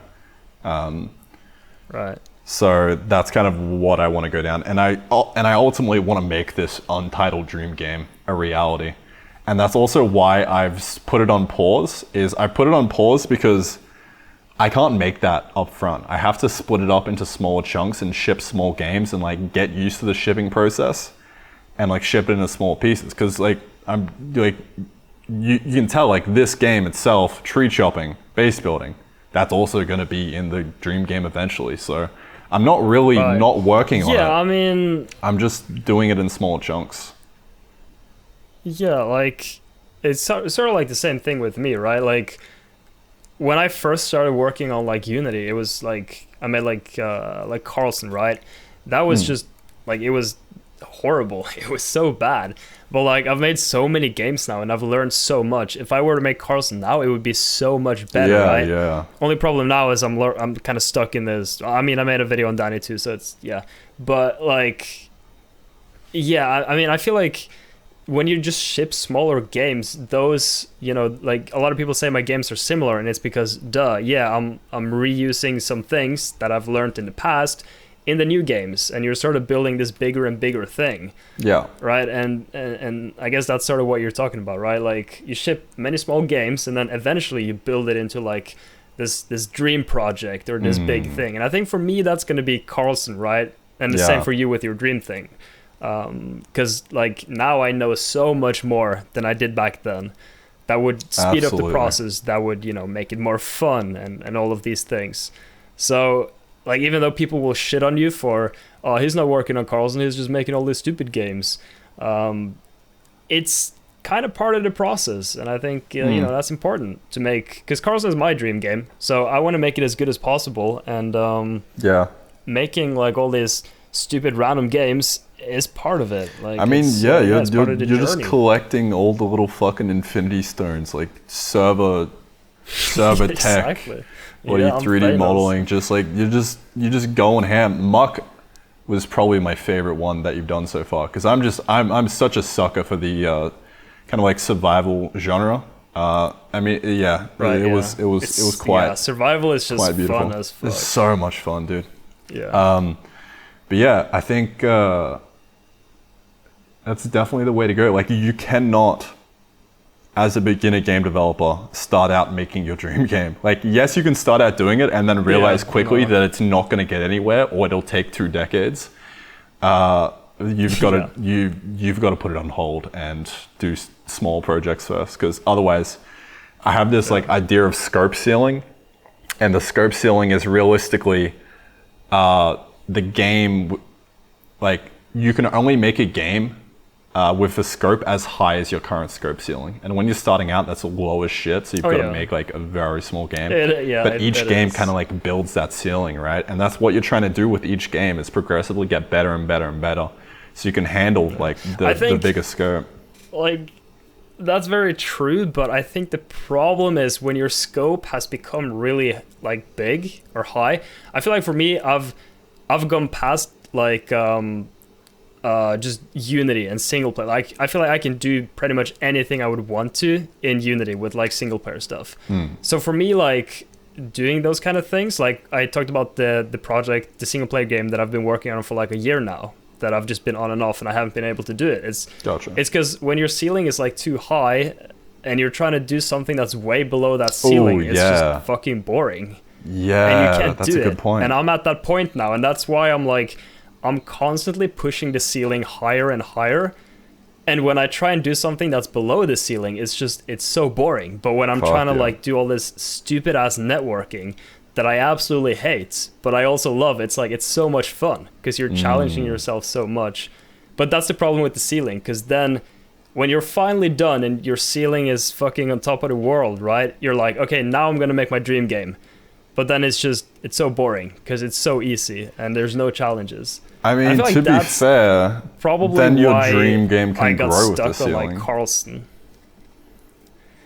Yeah, but you're still gonna have to do all those mundane tasks that the game will need, right? It's going to need like all those things that you have to build up until you reach, for example, like the really hard networking at the top, right? Gotcha. But you have to do all the parts below that you have done a million times before, and it's like, I don't know, it's I feel like for me at least, I need to work on something new that I haven't done before. Otherwise, it's just so boring. Yeah, no, I feel like this is literally just for me, maps. that's the problem with the ceiling. Yeah, I think this maps perfectly onto the idea of flow. I think that's ultimately what we're talking about, is you're trying to get into a flow state. And you can't get into a flow state if the task you're trying to do is way beyond your current level. And you can't get into a flow state if it's way too easy. You have to find that balance of like right on the edge of your capacity. And that's only when you're going to be engaged and excited to do that thing. And that just draws like a perfect parallel to what you just said. And exactly.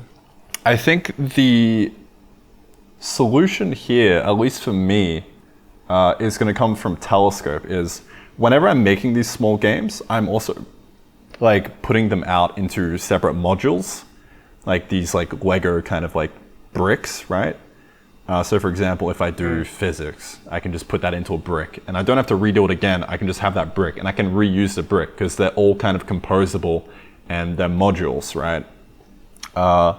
Then when it comes time to actually build the game, like it's really just organizing all the bricks together and then doing any new things on top of that. I don't think there's a way to completely get rid of that drudge work of like doing the simple stuff, because that's ultimately what you have to do. Like you can't always be working on like the system that you want to be working on that's pushing your capacity. I think that's just kind of a reality of game dev. But if you have that kind of vision in mind of the system as an end goal of like, I get to work on this once I'm done this, it's going to be a lot of fun, right? And that's kind of what I've tried to do with this game, because like going through everything that I've done in the prototype, like it's nothing new. Like it's very simple, very basic programming. I'm just, organizing shit into a game, and it's relatively easy. But what I really enjoy is polishing, right? It's just like making art assets, like making like scenes and then adding juice to them, like adding sound effects, particles, camera shake. Like that's so much like fun because it just adds so much life to the game. So I was like, all right, well, I'm going to do that at the very end, and I'm going to get the prototype done first, because that also has the benefit of like, I'm not going to polish anything that's going to get removed, right? So that's kind of what I try to do with this project. That's cool, yeah. I feel like I like polishing, but I'm so bad at it, especially like just map design and those kind of things is like, it's so hard for me. I'm not a creative person. Like if you give me a task, then I'll do it, but if you tell me to like come up with something, then I'm just like, my brain is just empty. I don't know. But I guess that's one of the reasons a lot of my games, or at least in the past, are like, for example, making Fall Guys. And that's why I'm so good at that, is because if you give me like this thing that I have to recreate, that's like, for me, that's super easy. But when I have to make something from scratch, it's so much harder. The technical part is chill, but the creative part for me is like, oof, I'm poo-poo brain. I'm so bad at that. That's very interesting, because I feel like, that's really interesting. Because it's like, if you get a blueprint ahead of time of like, just do this, follow these instructions, then it's like so easy to just like fly through it. But then the second you have this open-ended question of, how do I make this one particular thing feel good? that's when it can get a little bit iffy, because you got to like brainstorm a little bit, like, oh, maybe I can add like a little bit of particle effects or camera shake or something like that. Or like you said, map design. I probably wouldn't consider map design really I think polished. that's the biggest one for me. Holy I fuck. think map design is definitely like a whole thing in itself. It's like the design of a level. Yeah. It's like trying to direct the player's Jesus Christ, experience. it's so hard. Yeah, no, that sounds very difficult, especially in 3D. But yeah, no, That's why I love procedural stuff, because then I can completely skip that worst part. You know, like world making for me is very hard. So just procedurally generating is just perfect. Like you get a cool world, and also I didn't have to do anything. Or I mean, I had to program the whole thing, but I don't have to sit there and, you know, make the terrain, shape everything, put the buildings and fucking whatever. Like, that part is just so tedious, and I'm so bad at it. Yeah. But yeah, I don't know. When it comes to programming, I fucking love that shit. You know, you can tell me to do whatever, but like the creative part, man, it's I don't know, that's rough. Yeah, wow. It's interesting that you like that so much, though. Yeah, no, I think that's why it's so important to kind of like try and build up a team eventually, right? Is because everyone has their own strengths and weaknesses. And for example, I think we would fit like really well together, because I really enjoy the creative aspect. Like, I love it. Like, just, you know, like trying to like come up with like different ideas of like, okay, how can I make this like fit together, or how can I make this feel good, or blah, blah, blah, story, all that kind of stuff. I really enjoy that.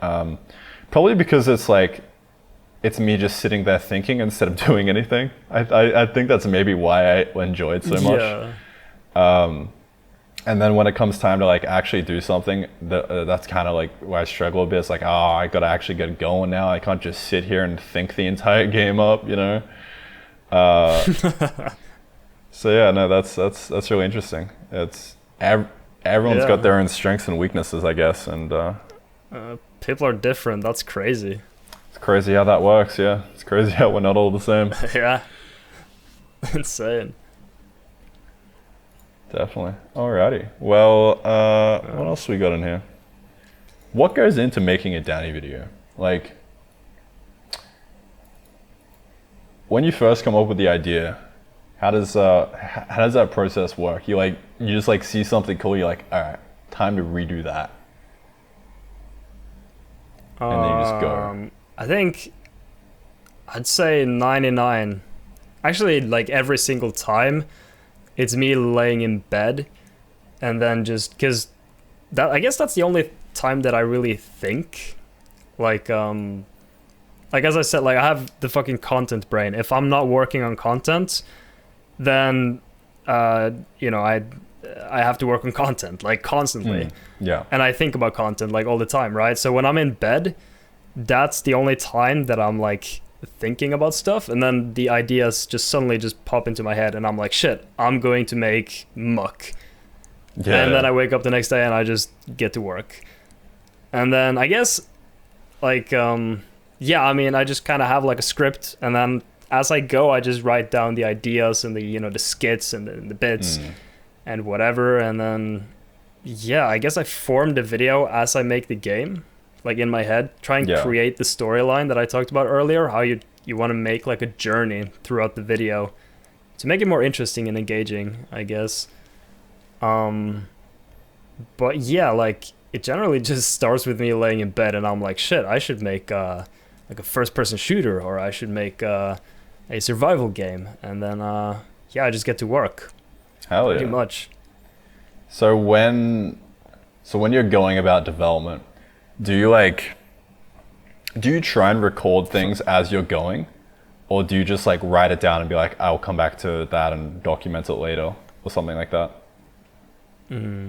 I always record like I'd say it's a good mix, but I try and record as much as possible, because future me will thank me for that later. Oh so yeah, much. for sure. But yeah, usually I just record something and then just rename the file to whatever it's about, and then yeah, when everything's recorded, I go through everything. I write the script. Usually it takes a couple days to like get it right, and then, you know, take it from there. Awesome. Yeah, no, that pretty much sounds exactly like my process. You just kind of like record, like you just do something cool, record it, name it, and then at the end you kind of like. Yeah. I keep this running kind of, which I think this is kind of what you mentioned as well, but I keep this running beat list of just like different bits and areas that I want to hit in the video. So I'll just have like a list, and I'll just dump every kind of cool idea or like funny bit that I get into that. So I just have this like a long list of shit. And that's kind of what I have for this devlog is like, I've actually been working on this devlog for months now. Like I started doing it like start of February. So I just have this long list of bits. Some of them are kind of irrelevant now that I've like switched into this being more of like a meta devlog ending thing, but a lot of them still remain the same. Right. But yeah, no, it's really cool. Like, because I feel like the longer you give yourself to like brew up a video, the better it's going to be, because you just have more kind of creative like little ideas that pop into your head that you can write down. Whereas if you're given like, say you have to write a script in a day from zero, it's going to be a pretty shitty video, right? Because you're trying to like force that like, instead of it just naturally coming to you. Yeah, forcing things just doesn't work for me. Like it just has to come naturally. Yeah. But yeah, I don't know. I just I like doing it. I think it's fun. Definitely. What do you think like drives you? Because that's not fun. Yeah, no, it definitely isn't fun. What do you think drives you to like make YouTube videos? Is it you just really enjoy the process of doing YouTube videos? You really just, like enjoy the outcome of like seeing a video get a lot of views? What do you think? Fuck, I don't know. That's a really good question. I think I like seeing the end product, and I like to just like create something, you know, like have something to look back at that I'm like proud of. Like I made this, and it's pretty cool. But like definitely like the audience response is sick. But I think it's more about just having made something that I'm like really happy with. Yeah. Granted, I fucking hate my videos when I'm done, and I always think they suck. But like the process is fun, and looking back at them is fun if I think the video was good. Yeah. So I think that's like I mean, don't you feel the same? Isn't it? Yeah. No, I feel like the audience isn't like that's a bonus, right? It's definitely a bonus, and like the audience is like that's also what allows you to like make money off it and monetize it and like do it as your full-time gig. But like I think where it like starts for me is where it did start, especially is like like if you make a video on something, you're essentially like summarizing the essence of that project, and you can go back and like watch that and have a good time. Like I'll every now and then I'll just like pop open one of my videos randomly, and I'll just like start watching like the first couple of seconds of it, and then I just realize that I watched the entire thing. I'm like, oh, okay, this is very weird. Yeah, same.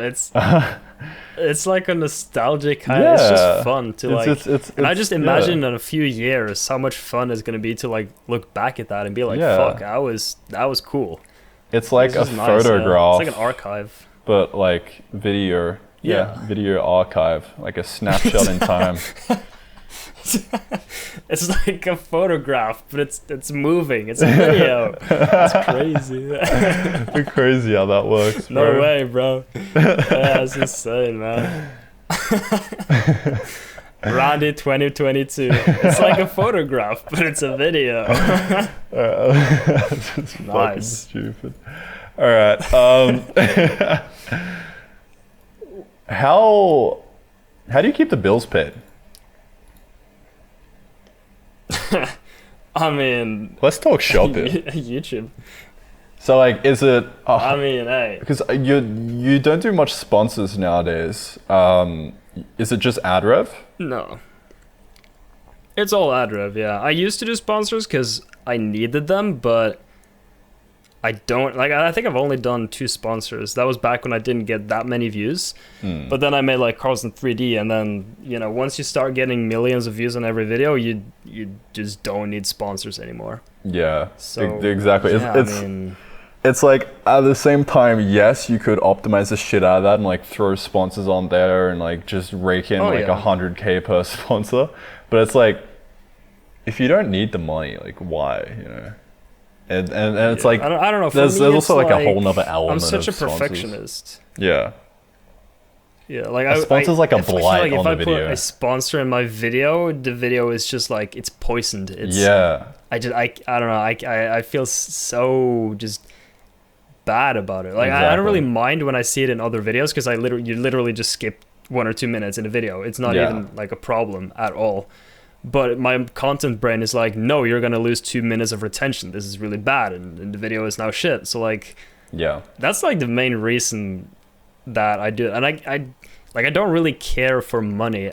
I don't want to bother with all the money shit. I just want to sit in my room and make games and videos.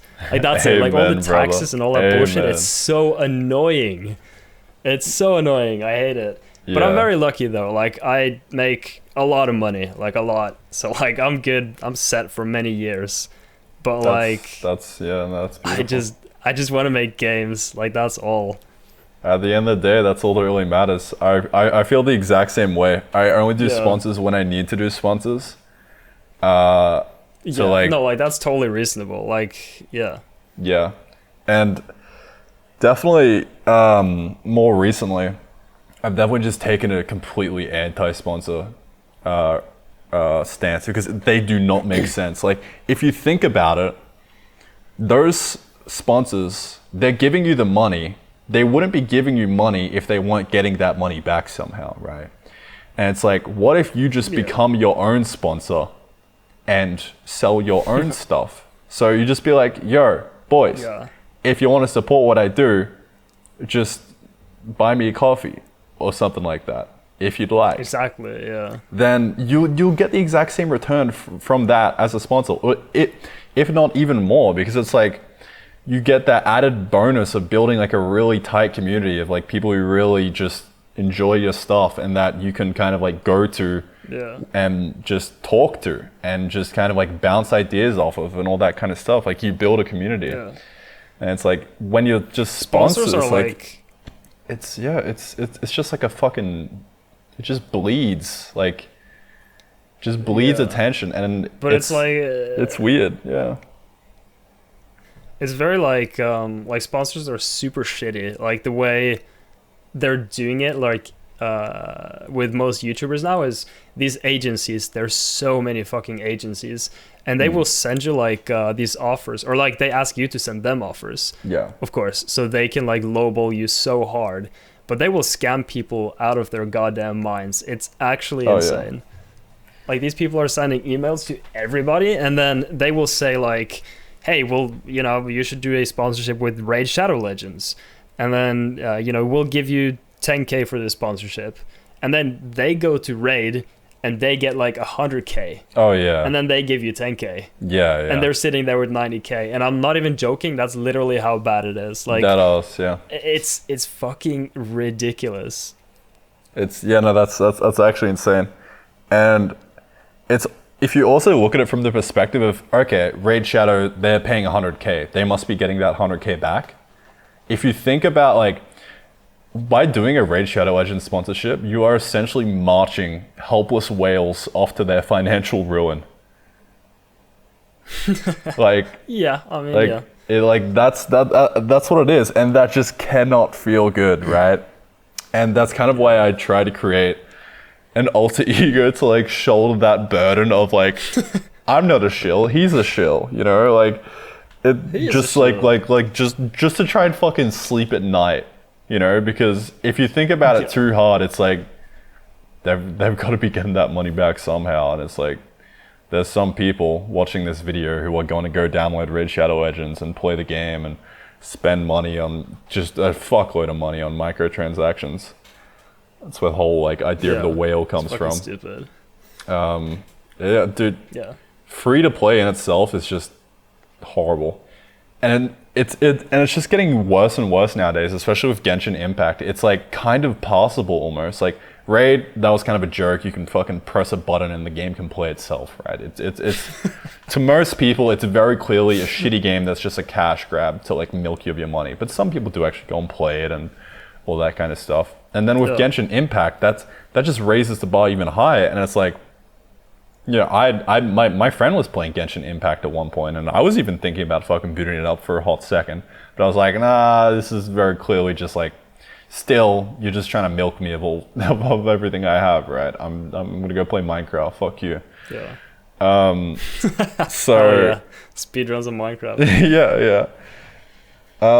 So yeah, no, it's very strange. The what's that whole model called? Freemium? No, it's like gotcha games. I don't know. Oh, I think I've heard of that. Yeah. So yeah, no, and it's Genshin Impact is definitely like, I saw a comment section though a while back, and it was a Genshin Impact trailer, and there was someone in the comments going like, initially I looked down on people who would play like Raid Shadow Legends and spend all their money and whatnot, but here I am 1 year later, and I've spent like $30K on this game or like something like that. Jesus and like they have become that person. And that comment had like a shit ton of likes as well, so you can just imagine like extrapolate that out to a bunch of people, and it's like, these sponsorships, yes, you're getting fat stacks, but I mean, like that's I feel like, I mean, I don't even do sponsorships, so I feel like I can definitely say this, but like, I mean, if you're spending $30K on a mobile game, I think you shouldn't be going around blaming YouTubers. Like, come on, bro, you got a bit of a problem if you're doing that, right? Like, that's kind of fucking stupid, just straight up. Yeah, no, but I also, yeah, like, I mean, yeah. Sorry, go ahead. Yeah, no, like, yeah, no, that was pretty much it. Like, yeah, it can be a shitty thing if it's like a gambling sponsorship or even like Raid, but I don't think you should be blaming the YouTuber. Like, I don't know, that just doesn't make sense to me. I don't think they are blaming the YouTuber. I think in this scenario, we are the YouTuber, and I'm just blaming myself for it, really, because I'm contributing to it. Right, yeah. I think they're more so like, from their shoes, it's kind of like an innocuous kind of, I'm buying skins, ooh, yay, right? And that just adds up over time, because I've been in that exact same situation. When I was like 14, I spent so much money on Counter-Strike skins, right? I played CSGO. I like got into the entire fucking CSGO gambling scene. It's like, that's a whole story in itself.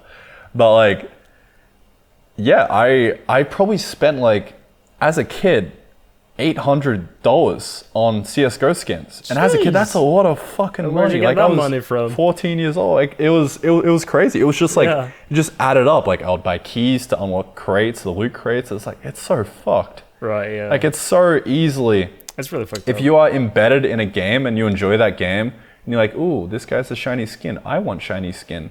You know, like, it's so easy to kind of have that like just hook you, right?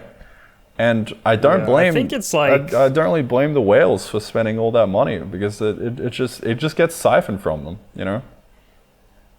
Yeah. But at the same time, because I think like most of those games making all that money, they say like the majority of the income comes from those spending a fuck ton of money. Yeah. Rather than just a bunch of people just buying one skin. So I think it's like, you either just don't buy anything or you just buy everything. Like, there's no in between, it seems. Yeah, no, and that's the whole concept of the whales. Those the devs behind those games, they're going whale hunting, baby, and they're trying to milk you of everything you have. What the hell? Yeah, so it's like I never want to be part of that ecosystem ever again. Like, I did one. I've done a couple mobile games. I did Raid, and then I did like that fucking robot one. But it was like, man, like, you see numbers that big and you have like $0 in your bank account, and you're just like, this has to be done. You know? Like, I actually remember talking to you about this. It was like when I first got the Raid offer, I was like messaging you to try and figure out how much I should ask them. And, and you just like highball the fuck out of them, just like say a ridiculous number. And I said something like 12K, and they're like, yep, we can do that. I'm like, what the fuck? Yeah, that's ridiculous. The sad thing is though that they don't even argue. Like you could have gone like 20K and then they might have said something. Like it's ridiculous. Yeah. It's fucking insane. Yeah. I have to wonder how much did they ask from Raid? Yeah. Like it's probably crazy. Exactly, because they're the intermediate here. Yeah. Yeah. And I don't know. But like one thing that like I feel like I don't know, like I've always thought about is when you're like let's say you make a video about I don't know whatever, and then you have that same video with a Raid sponsorship. I feel like that video with the sponsorship is going to do worse than the video without, because definitely. You know, retention is going to be higher, blah blah blah. So I feel like by not doing sponsorships, you're also in a sense investing into your future, right? And the longevity of your channel in a way. Does that make sense? Yeah, definitely. Like a sponsorship is very much a give me cash now for the sake of like you are kind of shooting your future self. I'm gonna shoot myself in the leg foot. For 50K. Yeah. Exactly. Yeah. So it's very much like a short-term thing. Like it's not really something you can sustainably do. I mean, people do it. They put sponsorships on every video, but you can make the exact same amount of money just by doing a wholehearted, like genuine plug of your own kind of things that you enjoy. For example, I've got the coffee page. That's like something that I'm gonna do in this next video. Also Brilliant, like I really love Brilliant. I've been using them to learn math, especially very recently. I've actually just been studying the shit out of it. Like a mobile game, right? Yeah. Like if a whale gets a Brilliant, well, you know, he learns a fuck ton of shit. That's just cool. If he's on Raid, he's just bought a bunch of pixels. It's like, bro. You know, and it's also from the perspective of I'm not doing a Brilliant sponsorship. I'm just affiliated, so I just have an affiliate link, so I get X amount of dollars for people who sign up, which is I feel is a lot better because you can just like you're not forced to do a 2-minute ad read of their choosing and constraint everything and then have to, you know, like it's very natural. It's like, oh, by the way, here it is, blah blah blah, move on, you know, like it's very quick. So I think if you are a content creator and if you're trying to find good ways to make money and be sustainable outside of sponsorships, I think that's definitely the play. Like your own kind of not Patreon, that's a shitty platform, but your own kind of Patreon model of receiving donations. For sure, yeah. But yeah, I think that's definitely the play. But like, so you mentioned you earn pretty much all of your shit from ad rev. Yeah. Gotcha. Right. So I guess that doesn't really matter too much because you really enjoy making YouTube videos. But there is like you brought up, there is like a building kind of pressure if you don't upload in a while to make a video, right? And then maybe making that video might not be exactly what you want to do, but you're doing it for the sake of like you kind of like need to stay relevant and like upload and not die, right? Yeah. Do you think that could be amended a bit better by having some kind of like a baseline monthly recurring revenue via something like a Patreon model? It's like receiving donations or something like that. Like for me or just in general? For you, yeah. Well, the thing is like, even like if I don't upload for a month now, like the last paycheck I got was like probably like 10K, I think, something like that, plus minus, I think plus. Wow. And that's like I haven't uploaded for months. Gotcha. So like I'm chilling, like I don't have to worry about that, which is sick. Like I'm super lucky, but if you have to worry about that, then definitely like I think a payment model is like really good. Gotcha, yeah. So you're really at the point where you've made so many videos and they're just raking in so much passive views on a day-to-day basis that you're kind of just getting just dummy thick lumps of cash in your hand each month kind of no matter what you do. Does that like... Pretty much. I would imagine that would trail off though. Say like 6 months down the line, that'd probably be something. Oh yeah, it definitely does. Like you definitely have to like refresh that sort of I don't know, like the views so they don't trail off, as you say. Yeah. But like still, even if they trail off, I think they'll settle at, even if it's just like 2, 3, 4K a month, that's still really good. Yeah. And I can't see it going like much lower than that. That's and still even doable. then, I still have my mobile games, which somehow are still raking in like 1K a month, which is like, I mean, that's really good passive income. Like, yeah, and it's like those are just stupid games that I made years ago, but they're still making good money. And so yeah, like I'm super fucking lucky. Like I don't have to worry about money. Gotcha. So I don't, but I still definitely feel that pressure. But I think that's not money pressure. That's the relevance. Yeah, like, relevancy. pressure you Gotcha. talked about. Like you feel like your channel is fucking dying. Gotcha.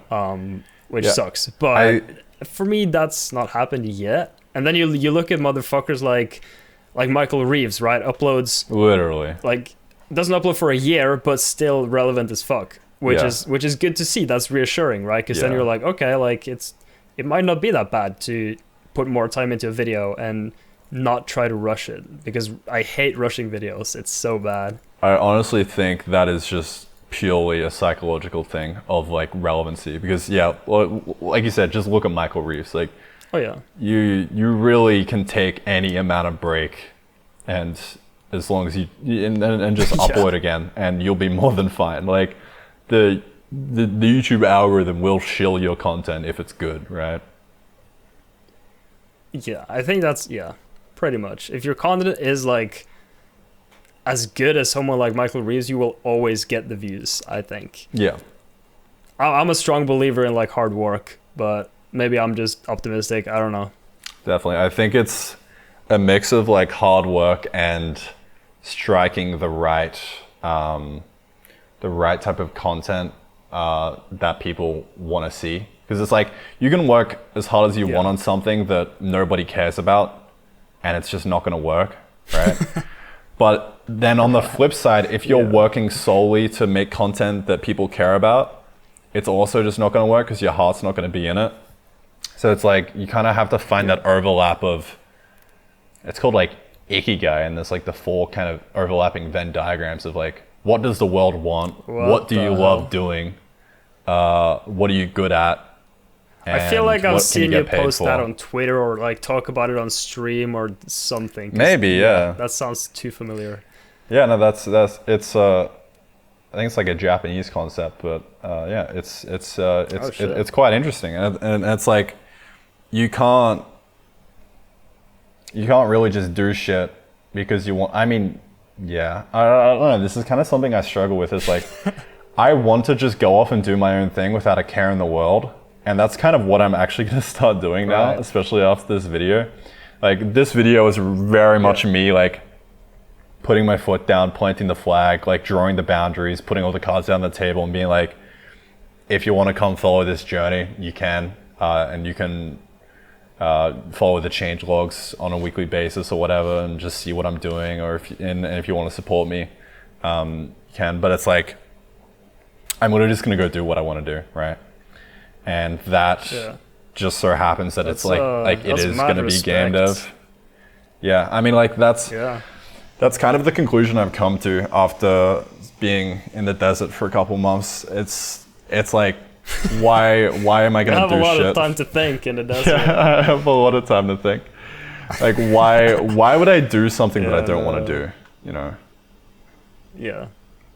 So I'm just I gonna totally do get shit that. I want to do. I definitely have like other things that I would want to do, but I feel like when I get into the zone, then I definitely don't want to do anything else. But there are times, like right after releasing a video, for example, and I'm burnt out as fuck. I'm thinking like, hey, it would be so sick if I had like a social life, you know, like just actually talk to people. But then I'm like, nah, fuck that shit. I'm making a new game. But like, I definitely, I don't know. I feel like there are things like a lot of other things that I would want to do, but I think like YouTube and game dev just sort of tops all of it. They just kind of like override everything. Do you think maybe I don't know. It's like, sure, you can just I don't know, it would be good to find a mix, but for me that just, it doesn't work. Like my brain is like, I either go all in or nothing. Yeah. It's just one of the two. It's just, there's no in between for me. The kind of way I've kind of reached an in between recently with this is with time. Like, so I will either on like a daily basis, I'll say, all right, because I just work throughout the day, and then everything past 5 p.m. I'll just like stop and just go do whatever I want to do. If it just happens to be game dev, then it'll be game dev. But it's like, if it's also just something that I just want to do for the sake of doing it, then I'll just go do it, right? Like just listen to a podcast or like read a book or all that kind of stuff. But if I'm really on a roll with game dev, I'll like carry it through. But yeah, I don't know. And then how I've kind of divided that up a bit more with like my personal hobbies, for example, DJing, is I'll just take entire months off and I'll just clear it. And I'll be like, all right, I'm having a break from game dev. I'm swapping into this mode here. And it's not like you're still going hard and no-lifing something. It's just you're changing your direction into a different project, right? It's like instead of a game dev project, it's a personal life project of, I'm going to become good at socializing and learn how to surf or something, or like go to the gym. See, the problem with that is now you're attached to that thing, right? And so, like, like if you now go back to like just game dev, then you sort of lose that other thing, and it kind of fucking sucks. So instead of getting that other thing, you just don't get it at all, and you don't get that sucky feeling. You know what I mean? True. But it's also like, I mean, probably not from the perspective of like going to the gym or like surfing, whatever. That's probably a bit more of like, I'm sure I could like throw that into my everyday life, right? It's like a daily thing. But I'm more seeing this from the perspective of like, I go to the gym like. Yeah. Sorry, go ahead. I'm also see this from the perspective of like the high level projects of like game dev versus DJing, because it's like, all right, I'm doing game dev this quarter, I'm doing DJing next quarter. But it's like, once I get to the end of the game dev quarter, it's like, man, I could really use a break from game dev. And then you go into DJing, and it's like, you get to the end of that, and you're like, I really could use a break from DJing, and just go back into game dev, and you just flip flop, right? So at times, it's like you're in the middle of doing something, like working on a project, and it's like, I want to go work on this other thing, but I'm just going to finish this off and kind of just do it. Yeah. So I don't really know how that fits, but yeah. I have no clue. Gotcha. Just more of a, you just honestly just want to sit down and just hammer out some fucking games and content. Pretty much. That just like, the thing is, like, I think I'll start taking breaks after finishing a game, because I've noticed a trend lately, like the past year. Like after I released Muck, I was so fucking burnt out, I couldn't do anything for 2 months. And then I suddenly made Crab Game. And then after I finished Crab Game, I was so burnt out, I couldn't do anything for 2 months. And now I'm finally not, like, I'm unburnt again. Okay. And once I finish this project, you know, I mean, you could probably guess what's going to happen. So I'm thinking, instead of sitting there for the 2 months that I'm burnt out and trying to do something, I'll just say, fuck game dev for like 2 months. I'm going to go socialize or go on a fucking break or holiday or whatever. I haven't been on a break since I started YouTube, but I think that would probably be a good idea. Bro, that sounds amazing. It's pointless sitting there doing fucking nothing, right? Because you need to, like, I guess you just need to reset your brain a little bit. And like, that process probably goes slower if you're trying to force yourself to work when you're burnt out. Oh yeah. As opposed to just going on a break and then quickly healing up, you know? Like, I think that's probably the go-to here, and probably what I'm gonna do. next. Yeah, hopefully. We'll see. I think that's definitely the play here, is like you get burnt out from something and then you just switch to something else. And like you just something chill, like just socializing, just being a human, like just going out and relaxing, enjoying life. Something that doesn't destroy your brain. Yeah. I know that sounds like a very healthy relationship. But it's I might try it. Yeah. I might try it. It's we will see. It's really inspiring though to see you just like know what you want though and just go after it, right? Because you just know what you want to do and you just go do it. And here is video. I have done thing. Rinse and repeat, you know. And now I'm fucking dead. And now I'm dead. You know? But it's like, it's like you said, if you're burnt out for 2 months, instead of like beating yourself up for being burnt out and like trying to be like, oh, I'm a lazy piece of shit, you know? I don't know. Exactly, that's literally it. Like, okay, I thought for like after finishing Crab Game, I thought I just lost it. Like I just don't have the touch anymore. Yeah. And then it like 2 months went by and I'm like, oh shit, I'm back. It's like, wow, who would have thought? Surprise Pikachu face. It happened like 3 times already. You stupid piece of shit. Starting to see a pattern. It's like, yeah, I don't know. But even though you see the pattern, it's hard to like act on it. You know, like when you have that content brain, you just or something you're very used to doing. It's hard to like detach yourself from that and find something else. Okay. All right. I see where you're coming from with this now. Yeah. That definitely makes a lot of sense. But it's like during those 2 months, if you're beating yourself up from not doing this specific thing, even though you're clearly burnt out of it and like don't want to do it, it turns from being I want to do this into I should do this. And I feel like shoulds are the root of all evil here. Because it's like you shouldn't have to do anything, right?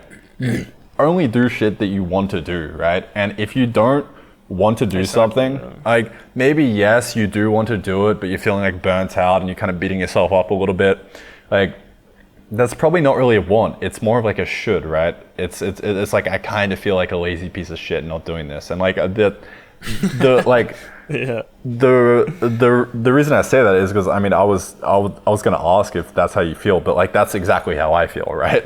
After like I'm just like I have something in my mind of I should be doing this one thing, like I should be making this video. I said I was gonna make a video a month, but I don't. I'm just burnt out from it, and I'm just not gonna fucking do it. Yeah. But I feel like the play here is... The wording of like lazy piece of shit, like calling yourself a lazy piece of shit, it's so relatable because that's like you're beating yourself up over it and you're calling yourself a lazy piece of shit as if that's going to change anything or make it better, but it's not. It's literally just gonna... It's like a bad like feedback loop where you just make it worse and worse and force yourself into doing something and then you hate it more and more, and it's like, bro, just stop, like chill. I feel like that's burnout in a nutshell, you know? Yeah. But like, I don't know, like even you know about it, but it's like dealing with it is just a whole other thing. I think dealing with it just comes from a place of just self-love, as hippie as that sounds, and acceptance of that sounds really hippie. Of like, all right, yes, you gotta get out of that desert real quick. You're like, yeah, I am kind of beating myself up about this and I should be doing this, but maybe just like notice that and be like, all right, well, just give yourself permission to take a break. I think that's all it is. It's just give yourself permission to just go take a break and relax and do something else for once. And I think that's probably... I'll probably try that next time, honestly. Like, I've thought a lot about it. And, like, I think even just a break for, like, a week is, like, it's not even that long. And that's like, yeah. I mean, even then, yeah, I should definitely try it because instead of wasting 2 months doing fuck all, then you know it's a week is just nothing compared to that. Because even 2 weeks, you also might find that if you give yourself full permission to have a break for a week, then you just want to get back into it after that week. So instead of 2 months of downtime, you just have a week of downtime because you've fully leaned into that. I just don't know how to do that. Like, how the fuck? I feel like I have to just get away. Like, I have to travel because if I have access to my computer or a laptop or anything, like, it's not gonna work. Like, I literally physically can't be in the same vicinity as my PC. Yeah. So like that's the problem. I'm not big on traveling. I think it could be fun, but I don't travel much. So like book a plane ticket to Bali and we'll go catch some waves. Yeah, hell yeah. Yeah, no, like that probably a good idea. That definitely does make a lot of sense. Like just getting out of your current environment, like just getting away from the computer. Do you do much, like that's the play? Did you do much sports as a kid? Like, is there any kind of like things that you enjoy doing? I mean, I still do a lot of sports, I guess. I get like very depressed and I can't work properly if I don't like work out and do physical shit. Nice. So I hit the gym like a couple times a week, and I've started going climbing, which is super fun. So that's I feel like I'm not lacking too much in that department. Yeah, climbing is super fun, bro. It's dude, it's so sick. I mean, so that's not quite a problem, I guess. But I feel like I just need to get away from my computer is really the most important thing. Yeah, the thing that comes to mind. Maybe I should just come to the fucking desert, bro. Just come to the desert, bro. We'll fight some fucking snakes and shit. We'll go beat up all these snakes. The thing that stands out to me is like I love snowboarding, right?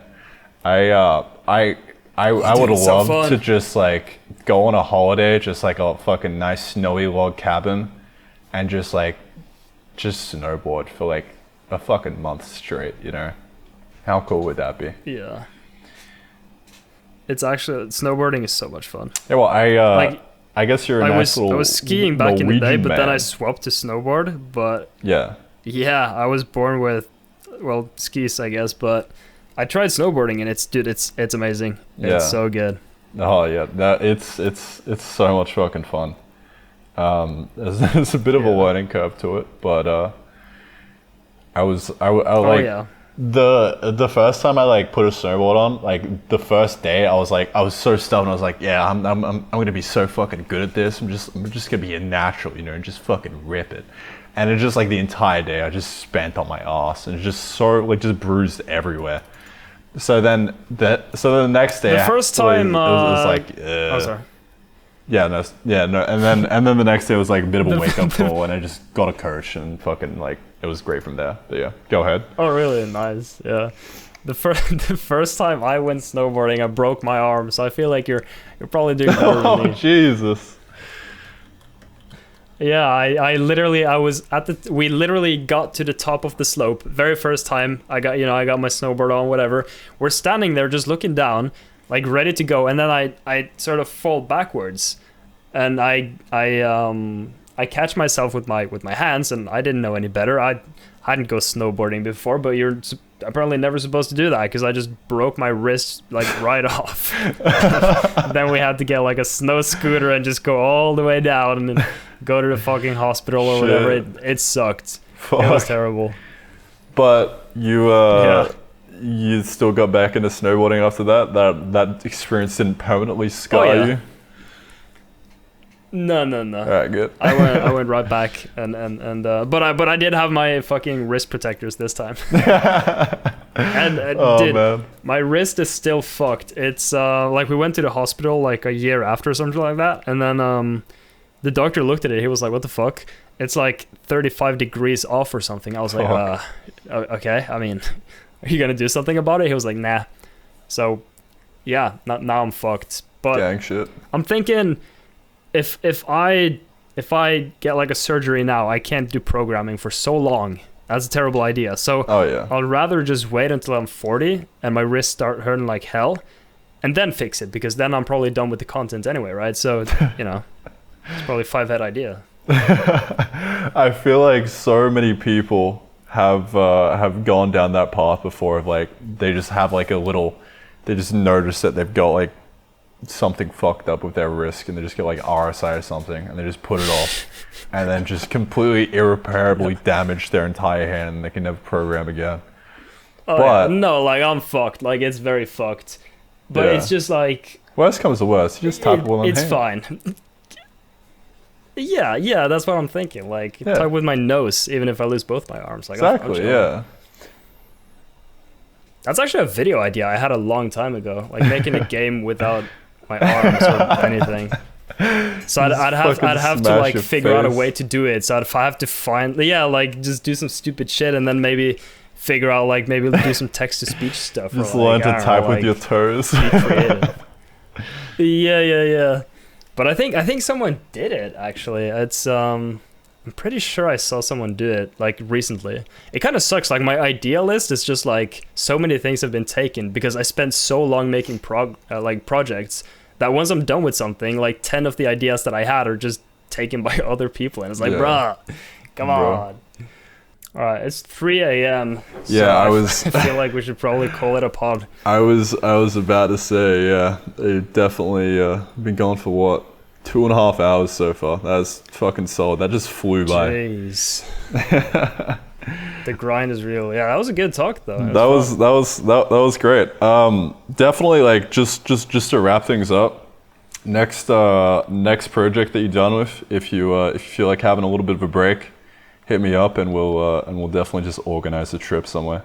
Just pick anywhere in the world and we'll just plonk down and just chill out for a bit. Just fucking go there. We'll just run it, dude. Kill some snakes and shit. Yeah, go poke some snakes. I definitely need to do that. I think it'd be cool to travel too. Just like fucking go somewhere. Definitely, man. Yeah. Alrighty, my man. Well, thanks very much for your time. It's like fucking. It's actually just 3 a.m. I don't know how you do it, but yeah, man. Thanks. Thanks. I don't know. Thanks so I much. used to have a sleep schedule, but it's long gone. Thanks for having me, though. It was fun. Good talk. Yeah. Excellent talk, mate. We should definitely do it again sometime. Anyway, best of luck with all the server stuff that you're gonna wrap up, and yeah. Thanks, man. Wish you all the best. Good luck with your devlog. Thank you very much, bro. Appreciate it. Do I stop recording now? Yeah.